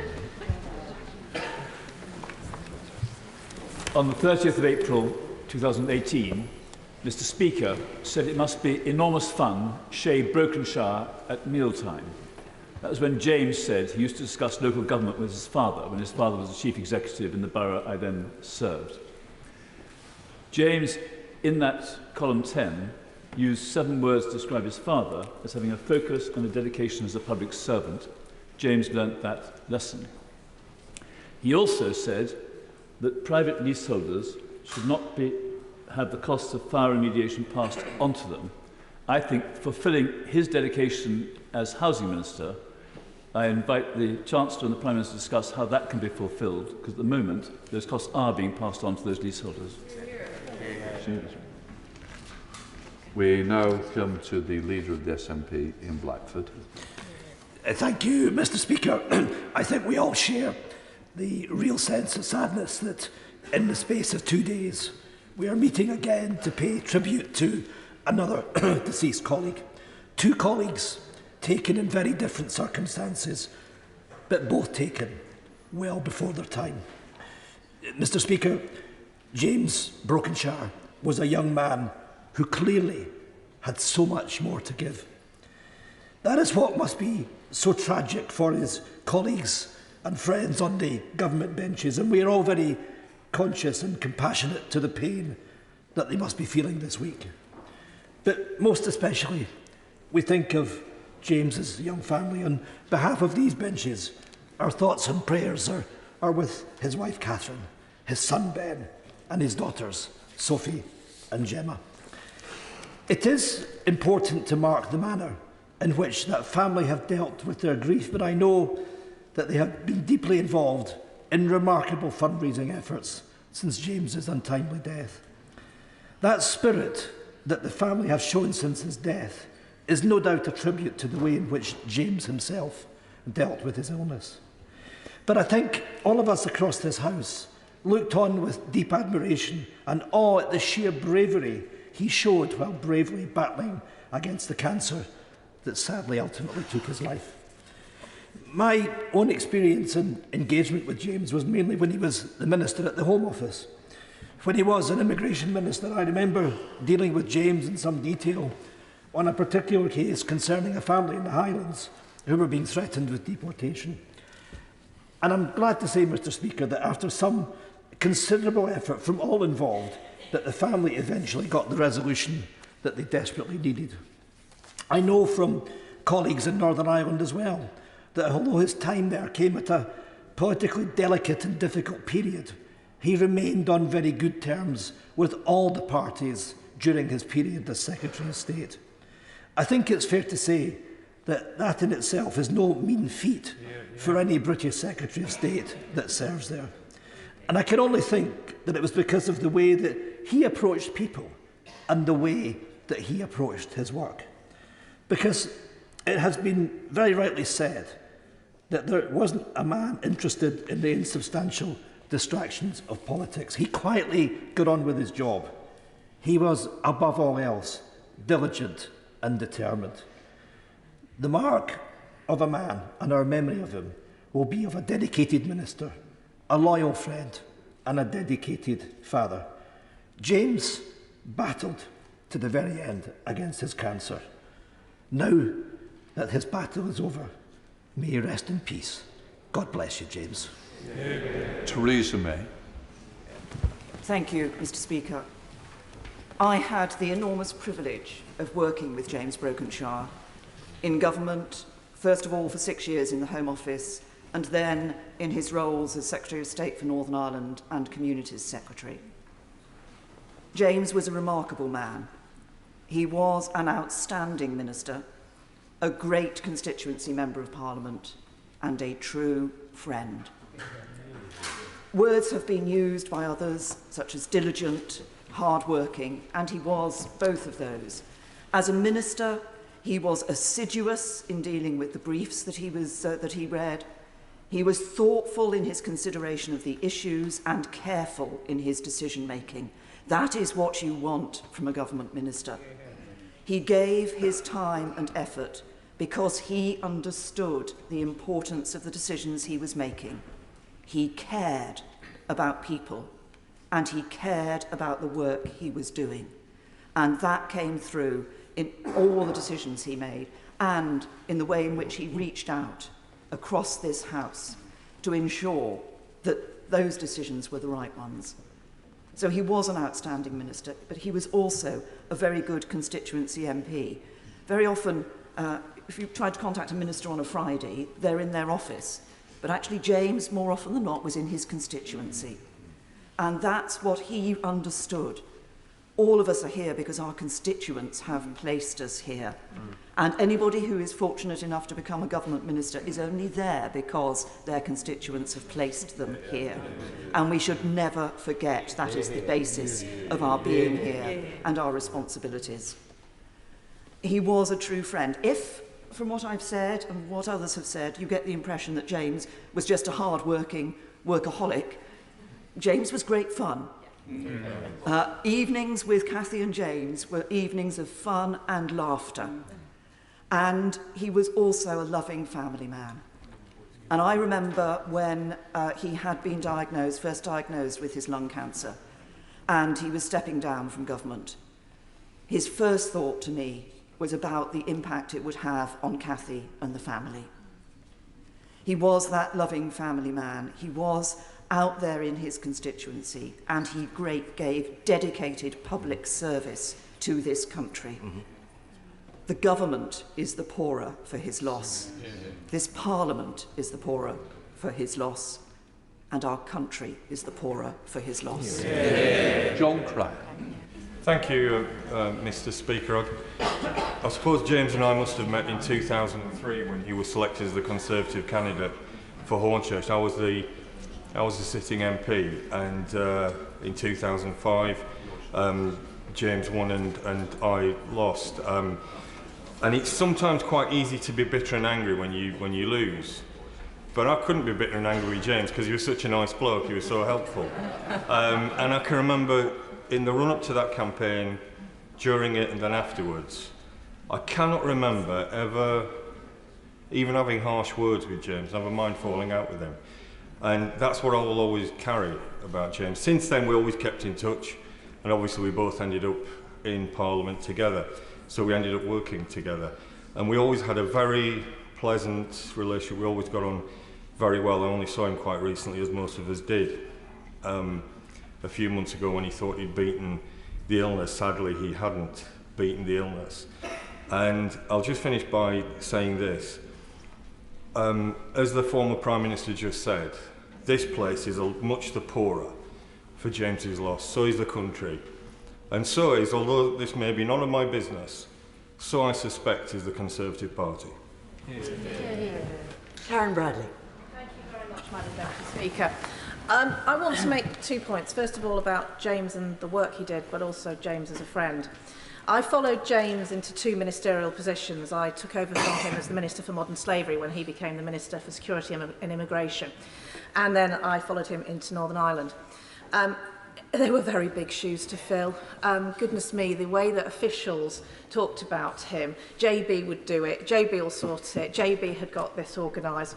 It was quite overwhelming at times to follow in those footsteps and to see the work that he'd done. And my right honourable friend from Maidenhead has summed up exactly. He was diligent, he was careful in his decision making, and he was thoughtful. But he always remembered there were people involved in the decisions he was taking. It was never taken in the abstract. He always thought about the people who'd be directly affected.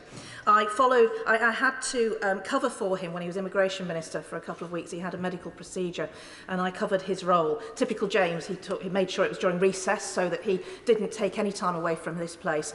But I was astonished when I sort of arrived, the red box arrived for me, and then the next 2 red boxes arrived, which was James's work. And every single day, James was getting through at least double the workload that anybody else in the department was covering. And he read every single one of those letters, particularly the letters about immigration. He dealt with them all personally, and he really thought carefully about what he was doing to try and make sure the people who were affected were helped.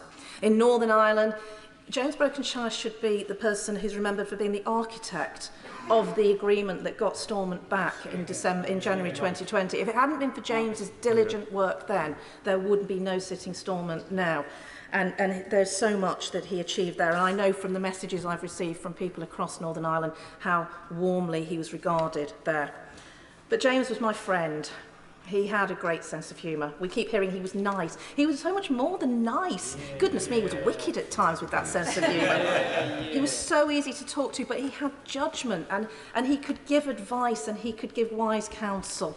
I remember at the 50th birthday party we were both at, Madam Deputy Speaker. It was a wonderful occasion, and his family put a most marvellous tribute on, and we all learnt so much about James and his life. I will miss him so very much, and I'm so grateful I was allowed to speak in this debate. Thank you, Madam Deputy Speaker. James was my constituency neighbour. I remember on election night, having just been elected, James came over to congratulate me and introduce himself. I remember thinking, whilst he was introducing himself, that I know exactly who you are.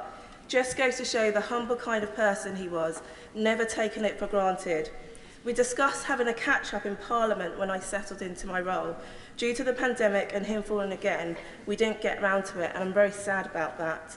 Just recently, I went to Bexley Civic Parade. It was my first in my role as an MP, and I'll say the first big event we had since lockdown restrictions eased. I was walking alongside my honourable friend Betsy from Crayford, and I'm sure he will agree with me that James's absence was clearly missed. Whilst it was nice to be there on one-to-one with the honourable member, it was also sad James wasn't able to take part, and I think that really the seriousness of his illness began to sink in with me. Since James's death, I've spoken to many community groups, individuals and Labour activists from his constituency, and they have nothing but nice words to say. Anasha Davis says James would often be seen on a packed commuter train. She remembers asking him to support her in the second referendum. He was never dismissive and always open to a bit of light ribbon from Labour activists on issues they disagreed on. And I know my Labour activists. And I know what she said is true, that he is a true gent. Claire said her dad said he supported many events with the Irish community. Theresa Gray said he supported the food banks when he first started in Bexley.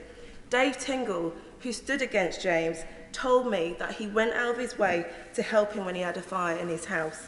The Mayor of Bexley, Dave Easton, on behalf of staff in Bexley Council, said James was a wonderful individual, totally dedicated to his residents, a man of utter integrity who cared so much about Bexley.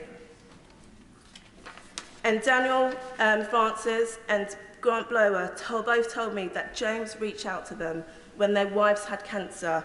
This was typical of James' character, in always inquiring about and offering support to others, even though he had his own battle with cancer. No matter where you were on the political spectrum, James represented everyone in Old Bexley and Sidcup. To James's family, I hope you take comfort in knowing what high regard he was held in Bexley and beyond. Thank you, Madam Deputy Speaker. Robert Buckland. Madam Deputy Speaker, it is with mixed feelings that I address the House today. Feelings of pride in having known my dear friend James Brokenshire, and feelings of deep sadness that he is not here in his rightful place to carry on the outstanding work that he did for his constituency, for my party, and for our country. James and I share a birth year, 1968. I like to think it was a very fine vintage indeed. And as my right honourable friend, the member for Staffordshire Moorlands, has rightly said, it was at his 50th birthday party that we were able to share really happy memories and positive thoughts about a life that had been well and fully lived. And at that point, unbeknownst to us, a life, certainly to friends, family knew about the diagnosis, a life that was about to take quite a dramatic turn for James.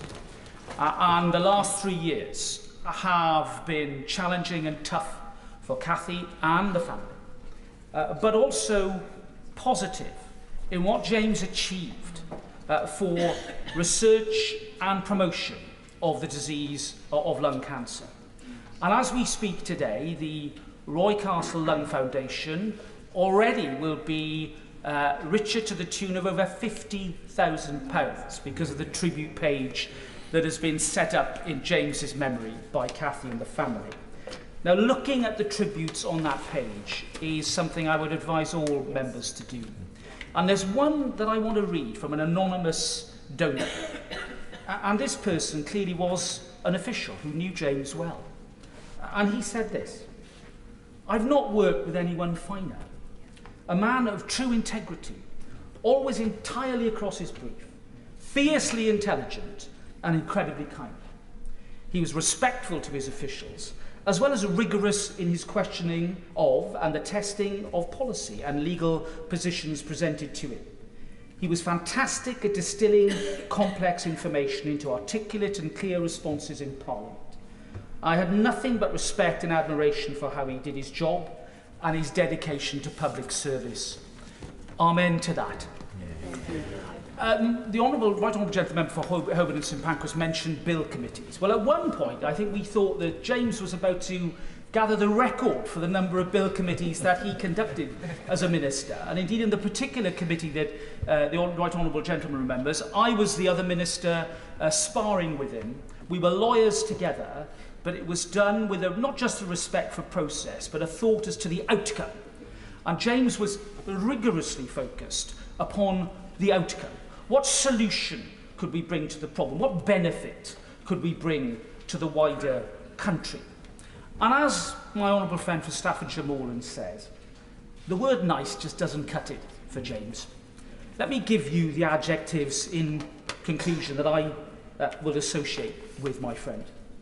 Driven, quick, persuasive, funny, kind and decent.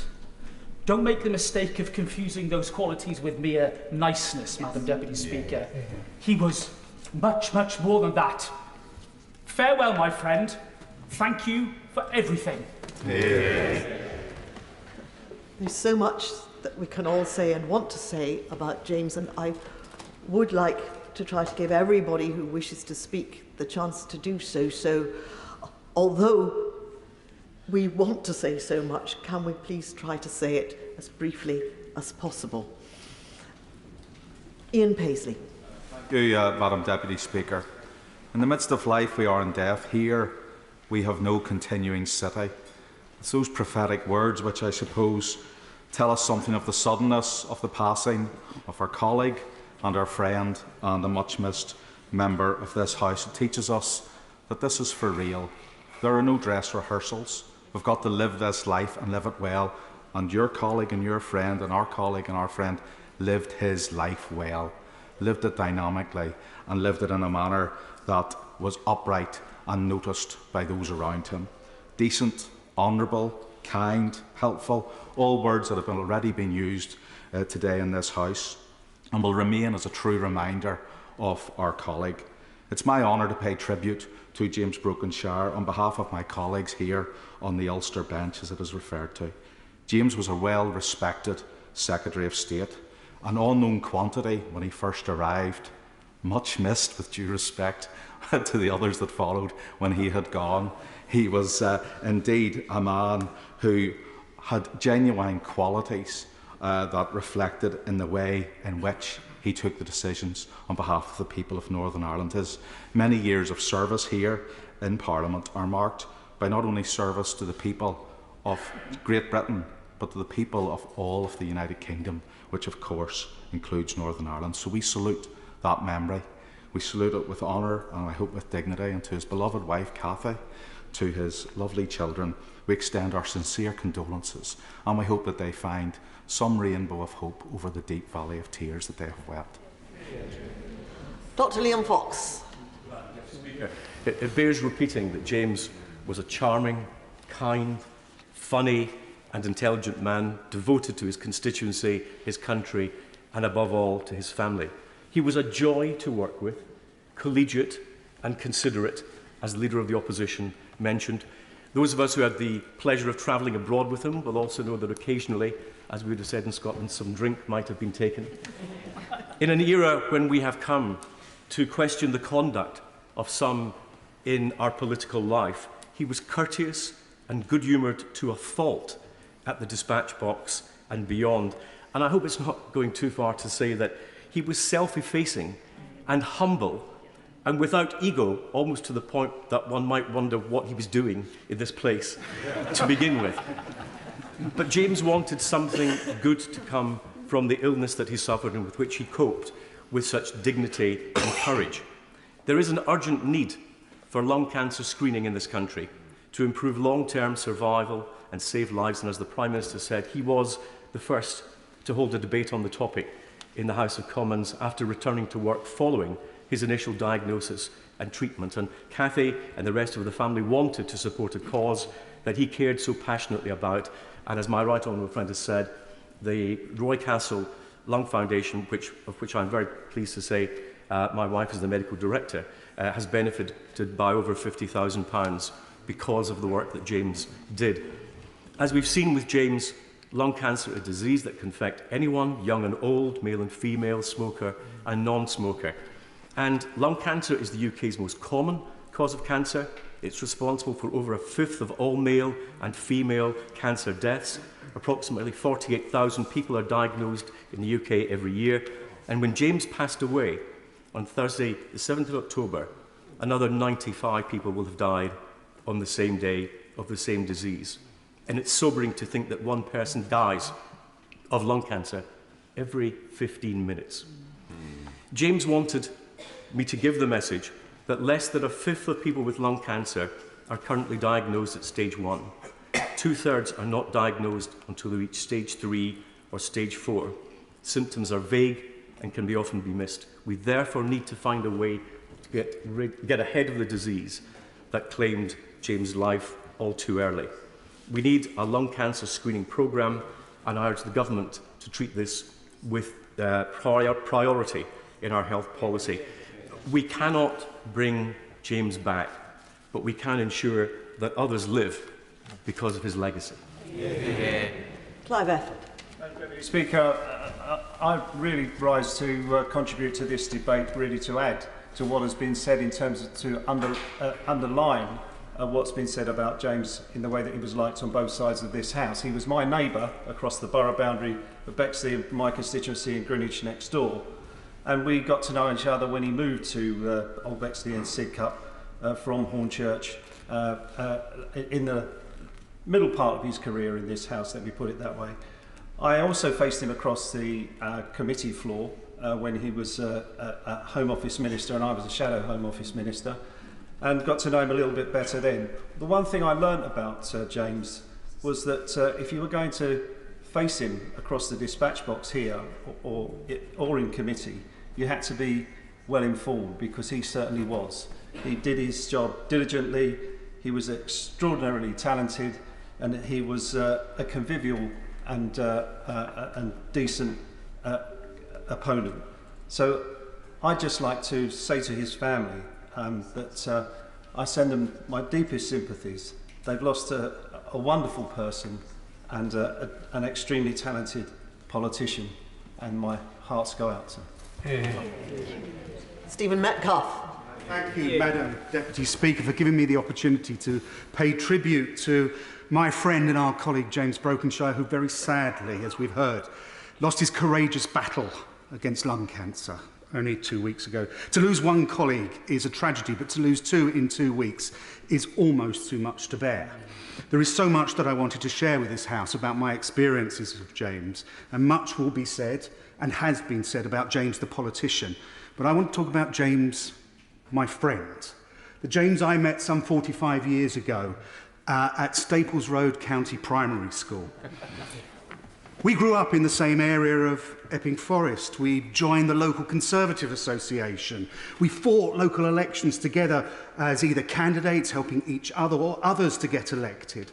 We supported the fantastic Member of Parliament for Epping Forest, Madam Deputy Speaker, to ensure that she was elected in 1997, that you were elected on this occasion in 1997, and retained your seat at every election. And you must feel this loss as keenly as many of us do here today. And it's unfortunate you're not able to express that, Madam Deputy Speaker. We worked together to support Robin Squire to try and regain his Hornchurch seat in 2001, the seat that eventually sent James to this place in 2005, and inspired me to find a seat that I could win. James was the embodiment of all that is good. He was decent, honest and faithful. He demonstrated integrity and good humour in everything and was respected by all. And now we have to say goodbye. Goodbye to James, taken from us all, especially from Kathy, and from Sophie, and from Gemma, and from Ben. All too cruelly and all too untimely. And I do send my deepest regrets and sympathies to you. As a tribute to James, as we've heard, Kathy has set up a muchloved.com page, which when I last checked as well, was well over £50,000, had been raised in memory of James and in support of the Roy Castle Lung Cancer Foundation. And I'm sure that we all agree that that is a fitting tribute.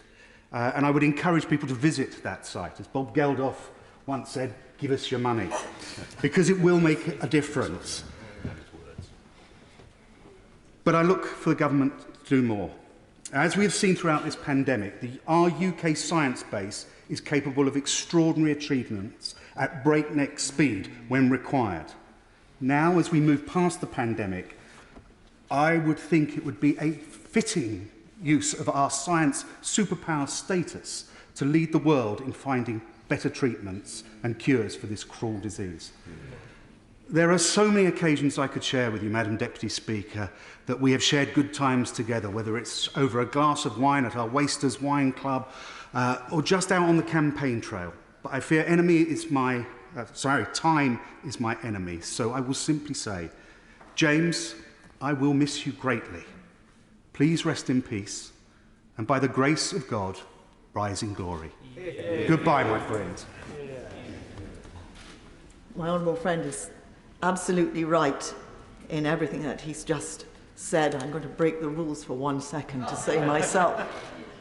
They were my boys, James and his friends in Epping Forest when I was the new MP 25 years ago.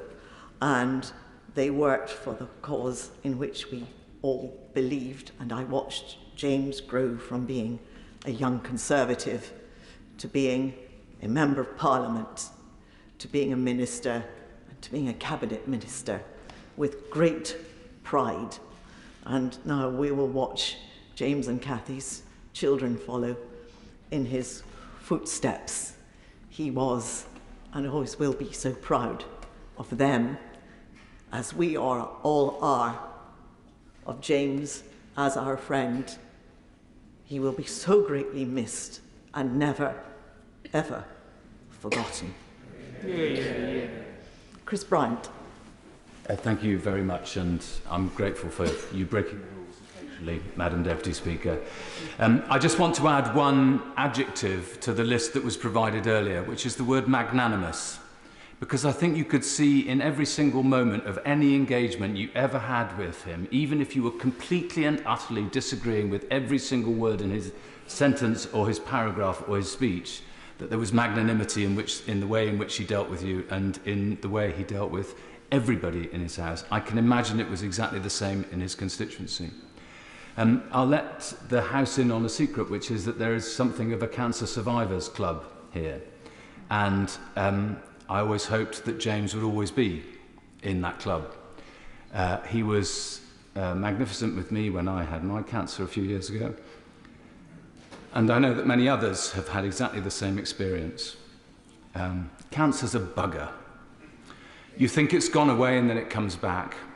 You have no idea that it was there, and suddenly you find you've got stage 3 or stage 4 cancer, and that's as particularly true as the Honourable Member just said in relation to lung cancer.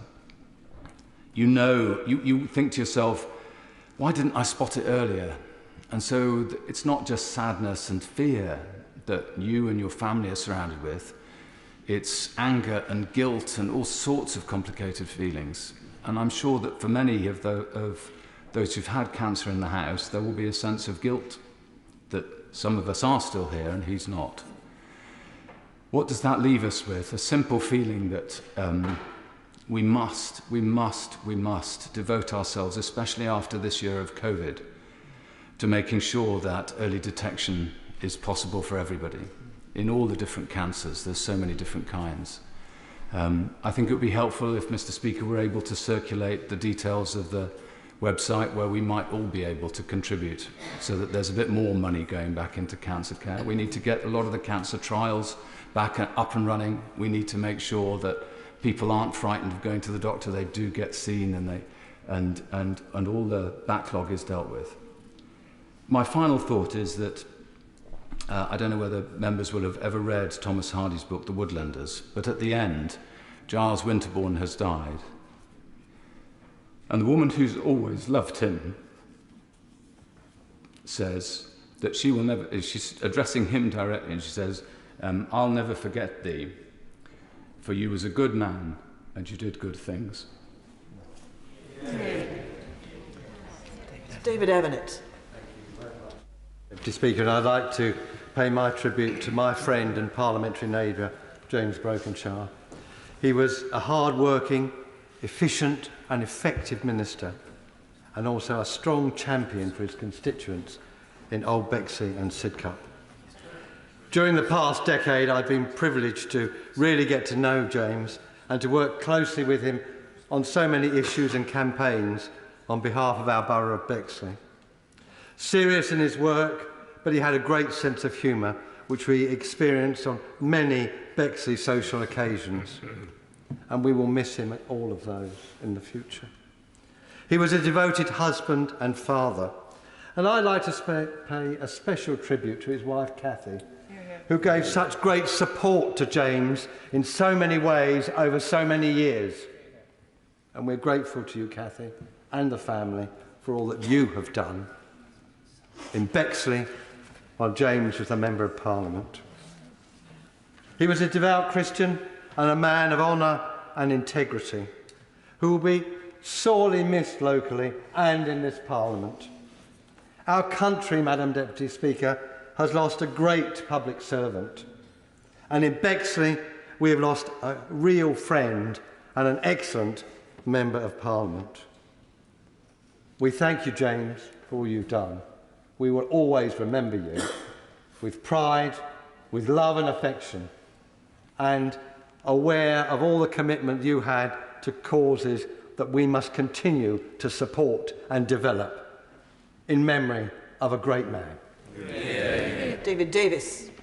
Thank you, Madam Deputy Speaker. I first became a friend of James when he joined the Home Office, Shadow Home Office team about a decade and a half ago. It was a time of huge controversy, and as you can imagine, it was a heavy-duty team. My friend Ashford was a member, Dominic Grieve, etc. 4 people who are future cabinet members in that team. And so I thought that this incredibly self-effacing and amazingly modest man, certainly given our profession, amazingly modest man, would take a bit of time to get up to speed. Not a bit of it. In no time at all, this man had got a reputation as a safe pair of hands. Now, that may sound terribly mundane. It's not. It's a curse. Because it attracts every hospital pass there is. You see how it works. The morning meeting, I get in and I say, right, this is difficult. There, give it to James. Oh, this one's a nightmare. James can manage it. This one's impossible, but James can do it. And that's how it worked. And of course, it became a leitmotif of his career. Every job he was given was both impossible and thankless. You know? Security and Immigrations Minister under Theresa May. What the hell? You know? At the same time. Northern Ireland Minister dealing with Paisley and co. You know? And getting on with all of them. You know? And to be rather serious, DCLG after Grenfell Tower. You know? These he did, he took. You know? And the impossible he did. He went into the ruck and he came out the other side without a hair out of place. And that is, of course, allowing for his haircut. So that was the James we knew and we love. And, of course, our nation needs people like James. I mean, my right honourable friend, the ex-Prime Minister, was right. We need people like James. Because when the unimportant flash and crackle of politics is gone, the nation depends on those like James who do their jobs brilliantly but quietly. James served this nation with great honour, total integrity and enormous skill, and he will be sorely missed by all. Yeah. Chris Grayling. Deputy Speaker, I just want to say 2 things. Firstly, to James's family, You don't get occasions like this in the Commons very often. There's not many of us who could command this kind of collective tribute from across the House. And that says this was a very special man indeed. And the second thing I wanted to say is that during his last few months, James dealt with his illness with incredible bravery. If you spoke to him, it was just like a normal conversation with James. It was like the world carrying on. And yet, behind all of that, he was carrying the most incredible burden. And he did it with decency and bravery beyond anything I can imagine almost anybody could have done. And that is also an enormous tribute to him. And so we have lost, and I have lost, this House has lost, and this country has lost a great man, but to me, I've lost a great friend. Gareth Bacon. I could spend a very long time talking about James Brokenshire. I knew him for the best part of a decade and a half, and indeed for the last 11 and a half years, he served as my local Member of Parliament in Old Bexley Sidcup. But James, to me, was so much more than that. He was a dedicated and exceptional public servant, but he was also a very loyal friend. But above all, James was a family man. And my heart goes out to Cathy, to Sophie, to Gemma, and to Ben. The courage with which James faced up to his illness and the determination with which he fought it, his refusal to feel self-pity, and the steadfast determination to remain positive really was the mark of the man. He was taken from us far too soon. His constituents and his country have lost a great public servant, as my right honourable friend, the member for Bexheath and Crayford, has said. We have lost a much valued colleague. I will miss him terribly, but I will always be grateful for the privilege of having known him and the honour to be able to call him my friend. James, rest in peace. Meg Hillier. Thank you, Madam Deputy Speaker. And I too had more to say than I have time for, but others have talked about his ministerial career. And I first met James, we were elected together in 2005. And then when I became a minister in the Home Office, he was my shadow. And always, as others have said, you had to be on your mettle because you knew that he would be on the case. And I often reflected when the Right Honourable Lady, the member for Maidenhead, was Home Secretary, that she was very lucky to have James in that post. And I did notice, Madam Deputy Speaker, that his portfolio seemed to grow in that department.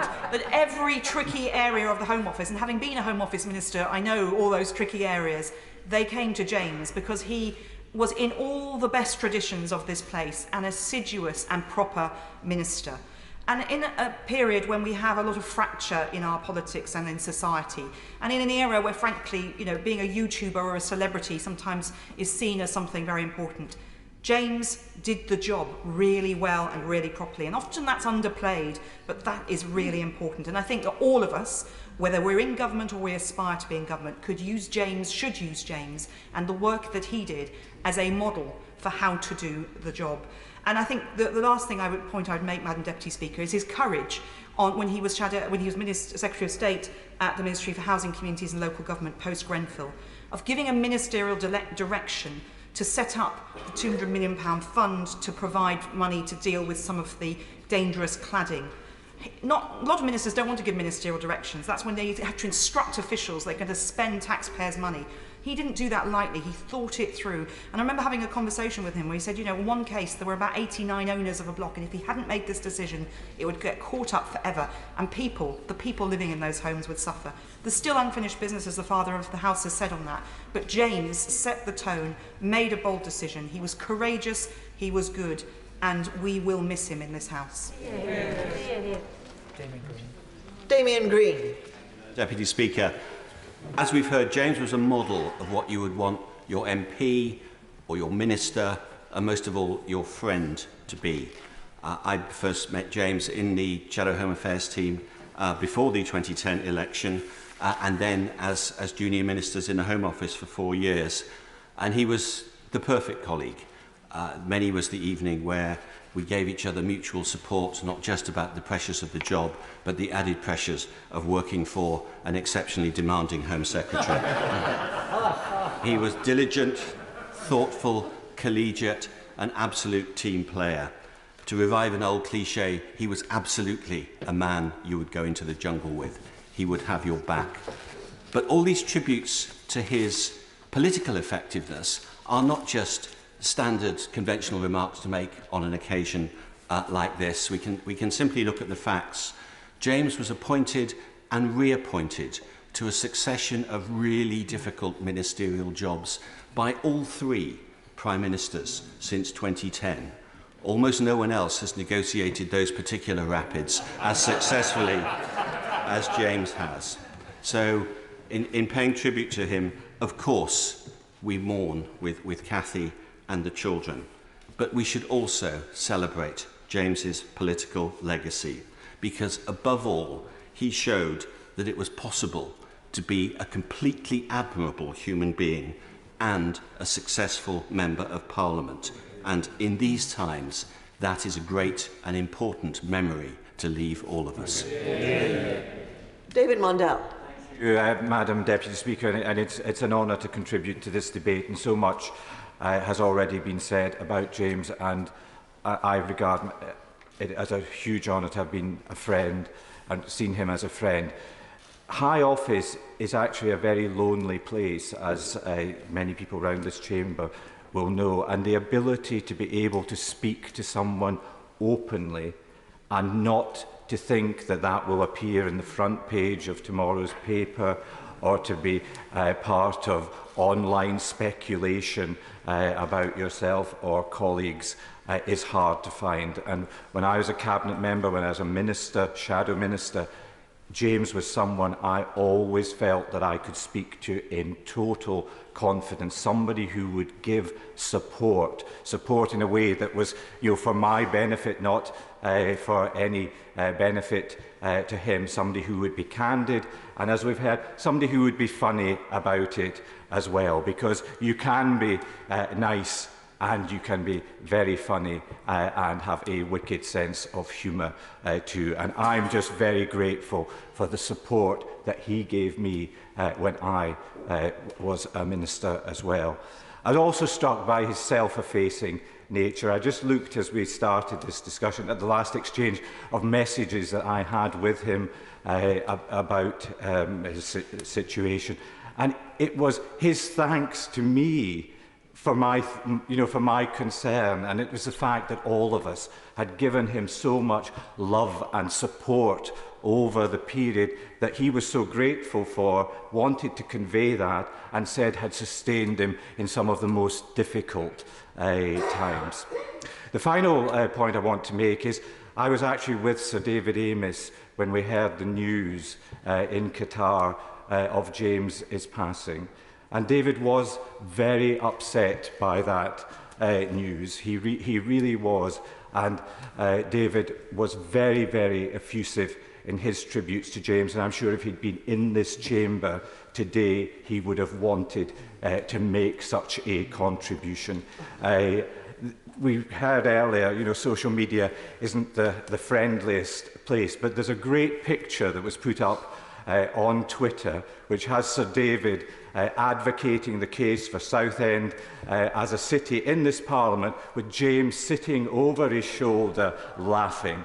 And that's the picture that I would like to retain in my mind of those two great parliamentarians, great men who have contributed so much to our national life. Greg Clark. Thank you very much indeed, Madam Deputy Speaker. The House has paid tribute to James's kindness and his courage in facing his illness, but I'd like to underline his effectiveness as a minister and the consequences of that for ordinary people that perhaps are not aware of the impact.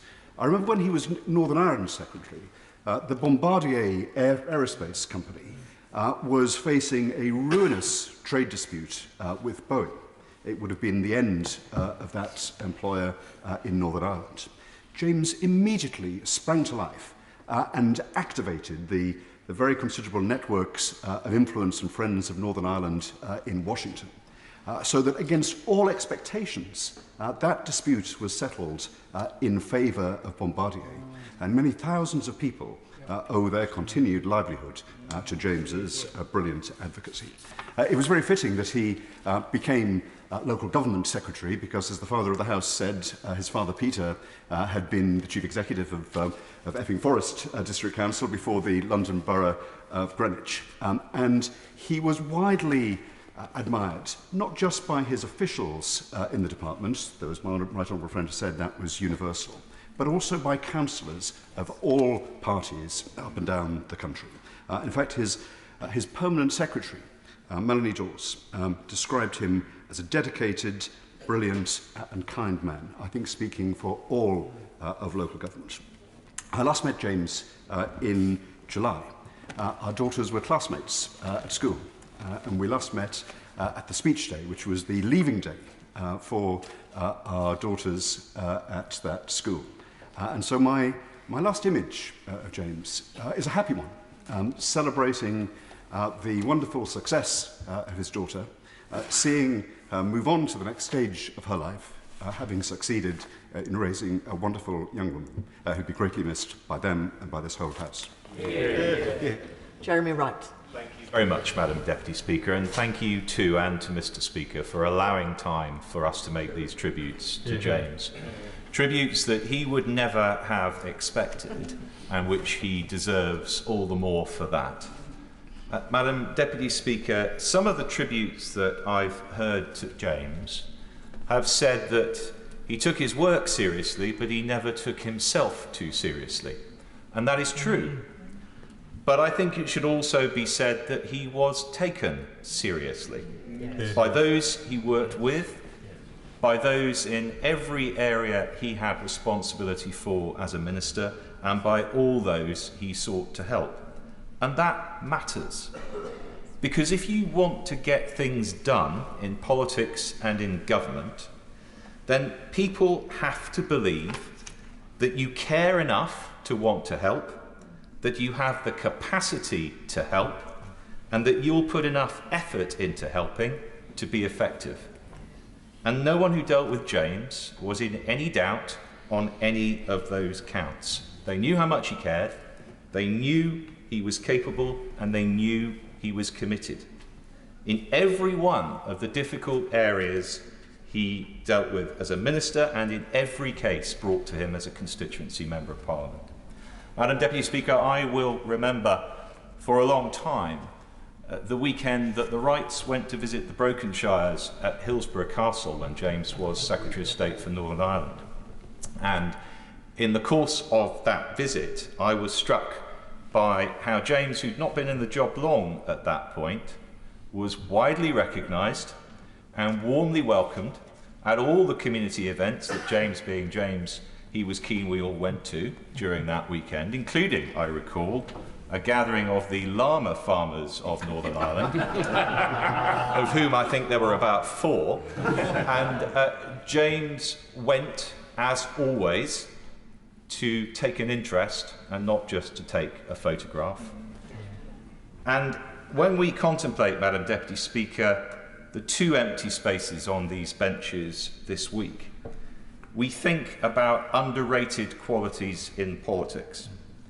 And James had in abundance those qualities that perhaps the parliamentary sketch writers aren't terribly interested in, but which are fundamental to meaningful public service. He was intelligent, he was brave, he was determined, he was compassionate, he was wise. There was no cabinet meeting I attended with him, and no cabinet he was a member of, that was not immeasurably strengthened by his presence. Of course his family will miss him most, and Cathy, Sophie, Gemma, Ben, you know you have our love and prayers as you mourn him, and as you are unfailingly proud of him, as so many of us are too. But for the many of us who will think of him first and foremost as our friend, we will remember him that way. But for all of us, we should remember the example he set of how to be a public servant and strive to follow it. Mike Penny. Much indeed, Madam Deputy Speaker. As an Essex boy, James and I got on like a house on fire when we were both elected in 2005. Interestingly enough, as we became ministers together, we shared departments together, and I've listened very carefully to the fact that James got all the difficult bits and the police minister didn't. Some of that was news to me, Madam Deputy Speaker. But he was, as we used to drive home in the car, we were both shadow ministers, we used to drive home and we would chew the cud about many things as new members of Parliament. James was a wonderful human being, but he was a family man. We talked invariably about family things on the way home.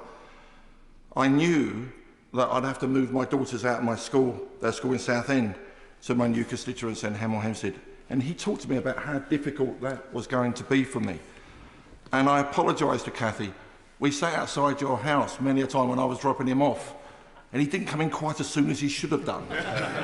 Because we did talk about other things as well, particularly his haircut. For those that didn't know James in his early days in this, he had a wonderful flat top, and how carefully it was trimmed. We spent hours talking about this. So people may think that men don't talk about that sort of thing, but we did. And we talked about our kids, and we talked about, you know, life in general, as well as this greasy pole. When he went to Northern Ireland, he came back to me and said, "You've been there, mate, can I take some advice from you? We've heard so much in this house about people taking advice from James, but he was a sponge. He wanted to listen to other people's experiences, whether in the constituency or as former ministers. He continued up that greasy pole, where some firemen like myself disappeared down that greasy pole. But he was absolutely brilliant at putting his arm around you when you needed that 5 minutes. I phoned him a couple of weeks ago, before his sad death, and we chatted about the usual banter and bits and bobs. And I apologised for phoning him, because it was obvious how poorly he was at that time. And he said, "No, it's all right, mate, we're Essex boys together, we can have a chat." That was James, and I'm so proud to have known him for so long. Thank you. Yeah. And the last word goes to Stephen Hammond. Madam Deputy Speaker, it's a particularly privilege, therefore, to have the last word in these tributes to our friend and colleague. Like the last of my three colleagues, we were members of that very exclusive club, the 305 Club. We were elected on 05, and it was very clear to all of us in that intake that our friend James Brokenshire was going to rise to high ministerial office. And it doesn't need me to say any more than my right honourable friend from Maidenhead and Staffordshire Moorlands, and many others have paid tribute to his effectiveness as a minister. My right honourable friend for Swindon South rightly said that James was so much more than a nice man. He used a whole load of adjectives to describe him. The three I will remember is, and I think like most of the 305, he was collegiate, he was compassionate, and he was charming. He congratulated all of us on our way up and put his arm round us and created sympathy on our way down. And I needed that more than most. I send my sincere condolences to the family. And ladies and gentlemen, the fellow colleagues, next week on Tuesday evening, that exclusive club, a year late, celebrates 15 years in this house. And the most fitting tribute we can pay to our friend and colleague is that there will be an empty chair and a toast raised. Yeah. Thank you all for these moving tributes to our friend James. Order.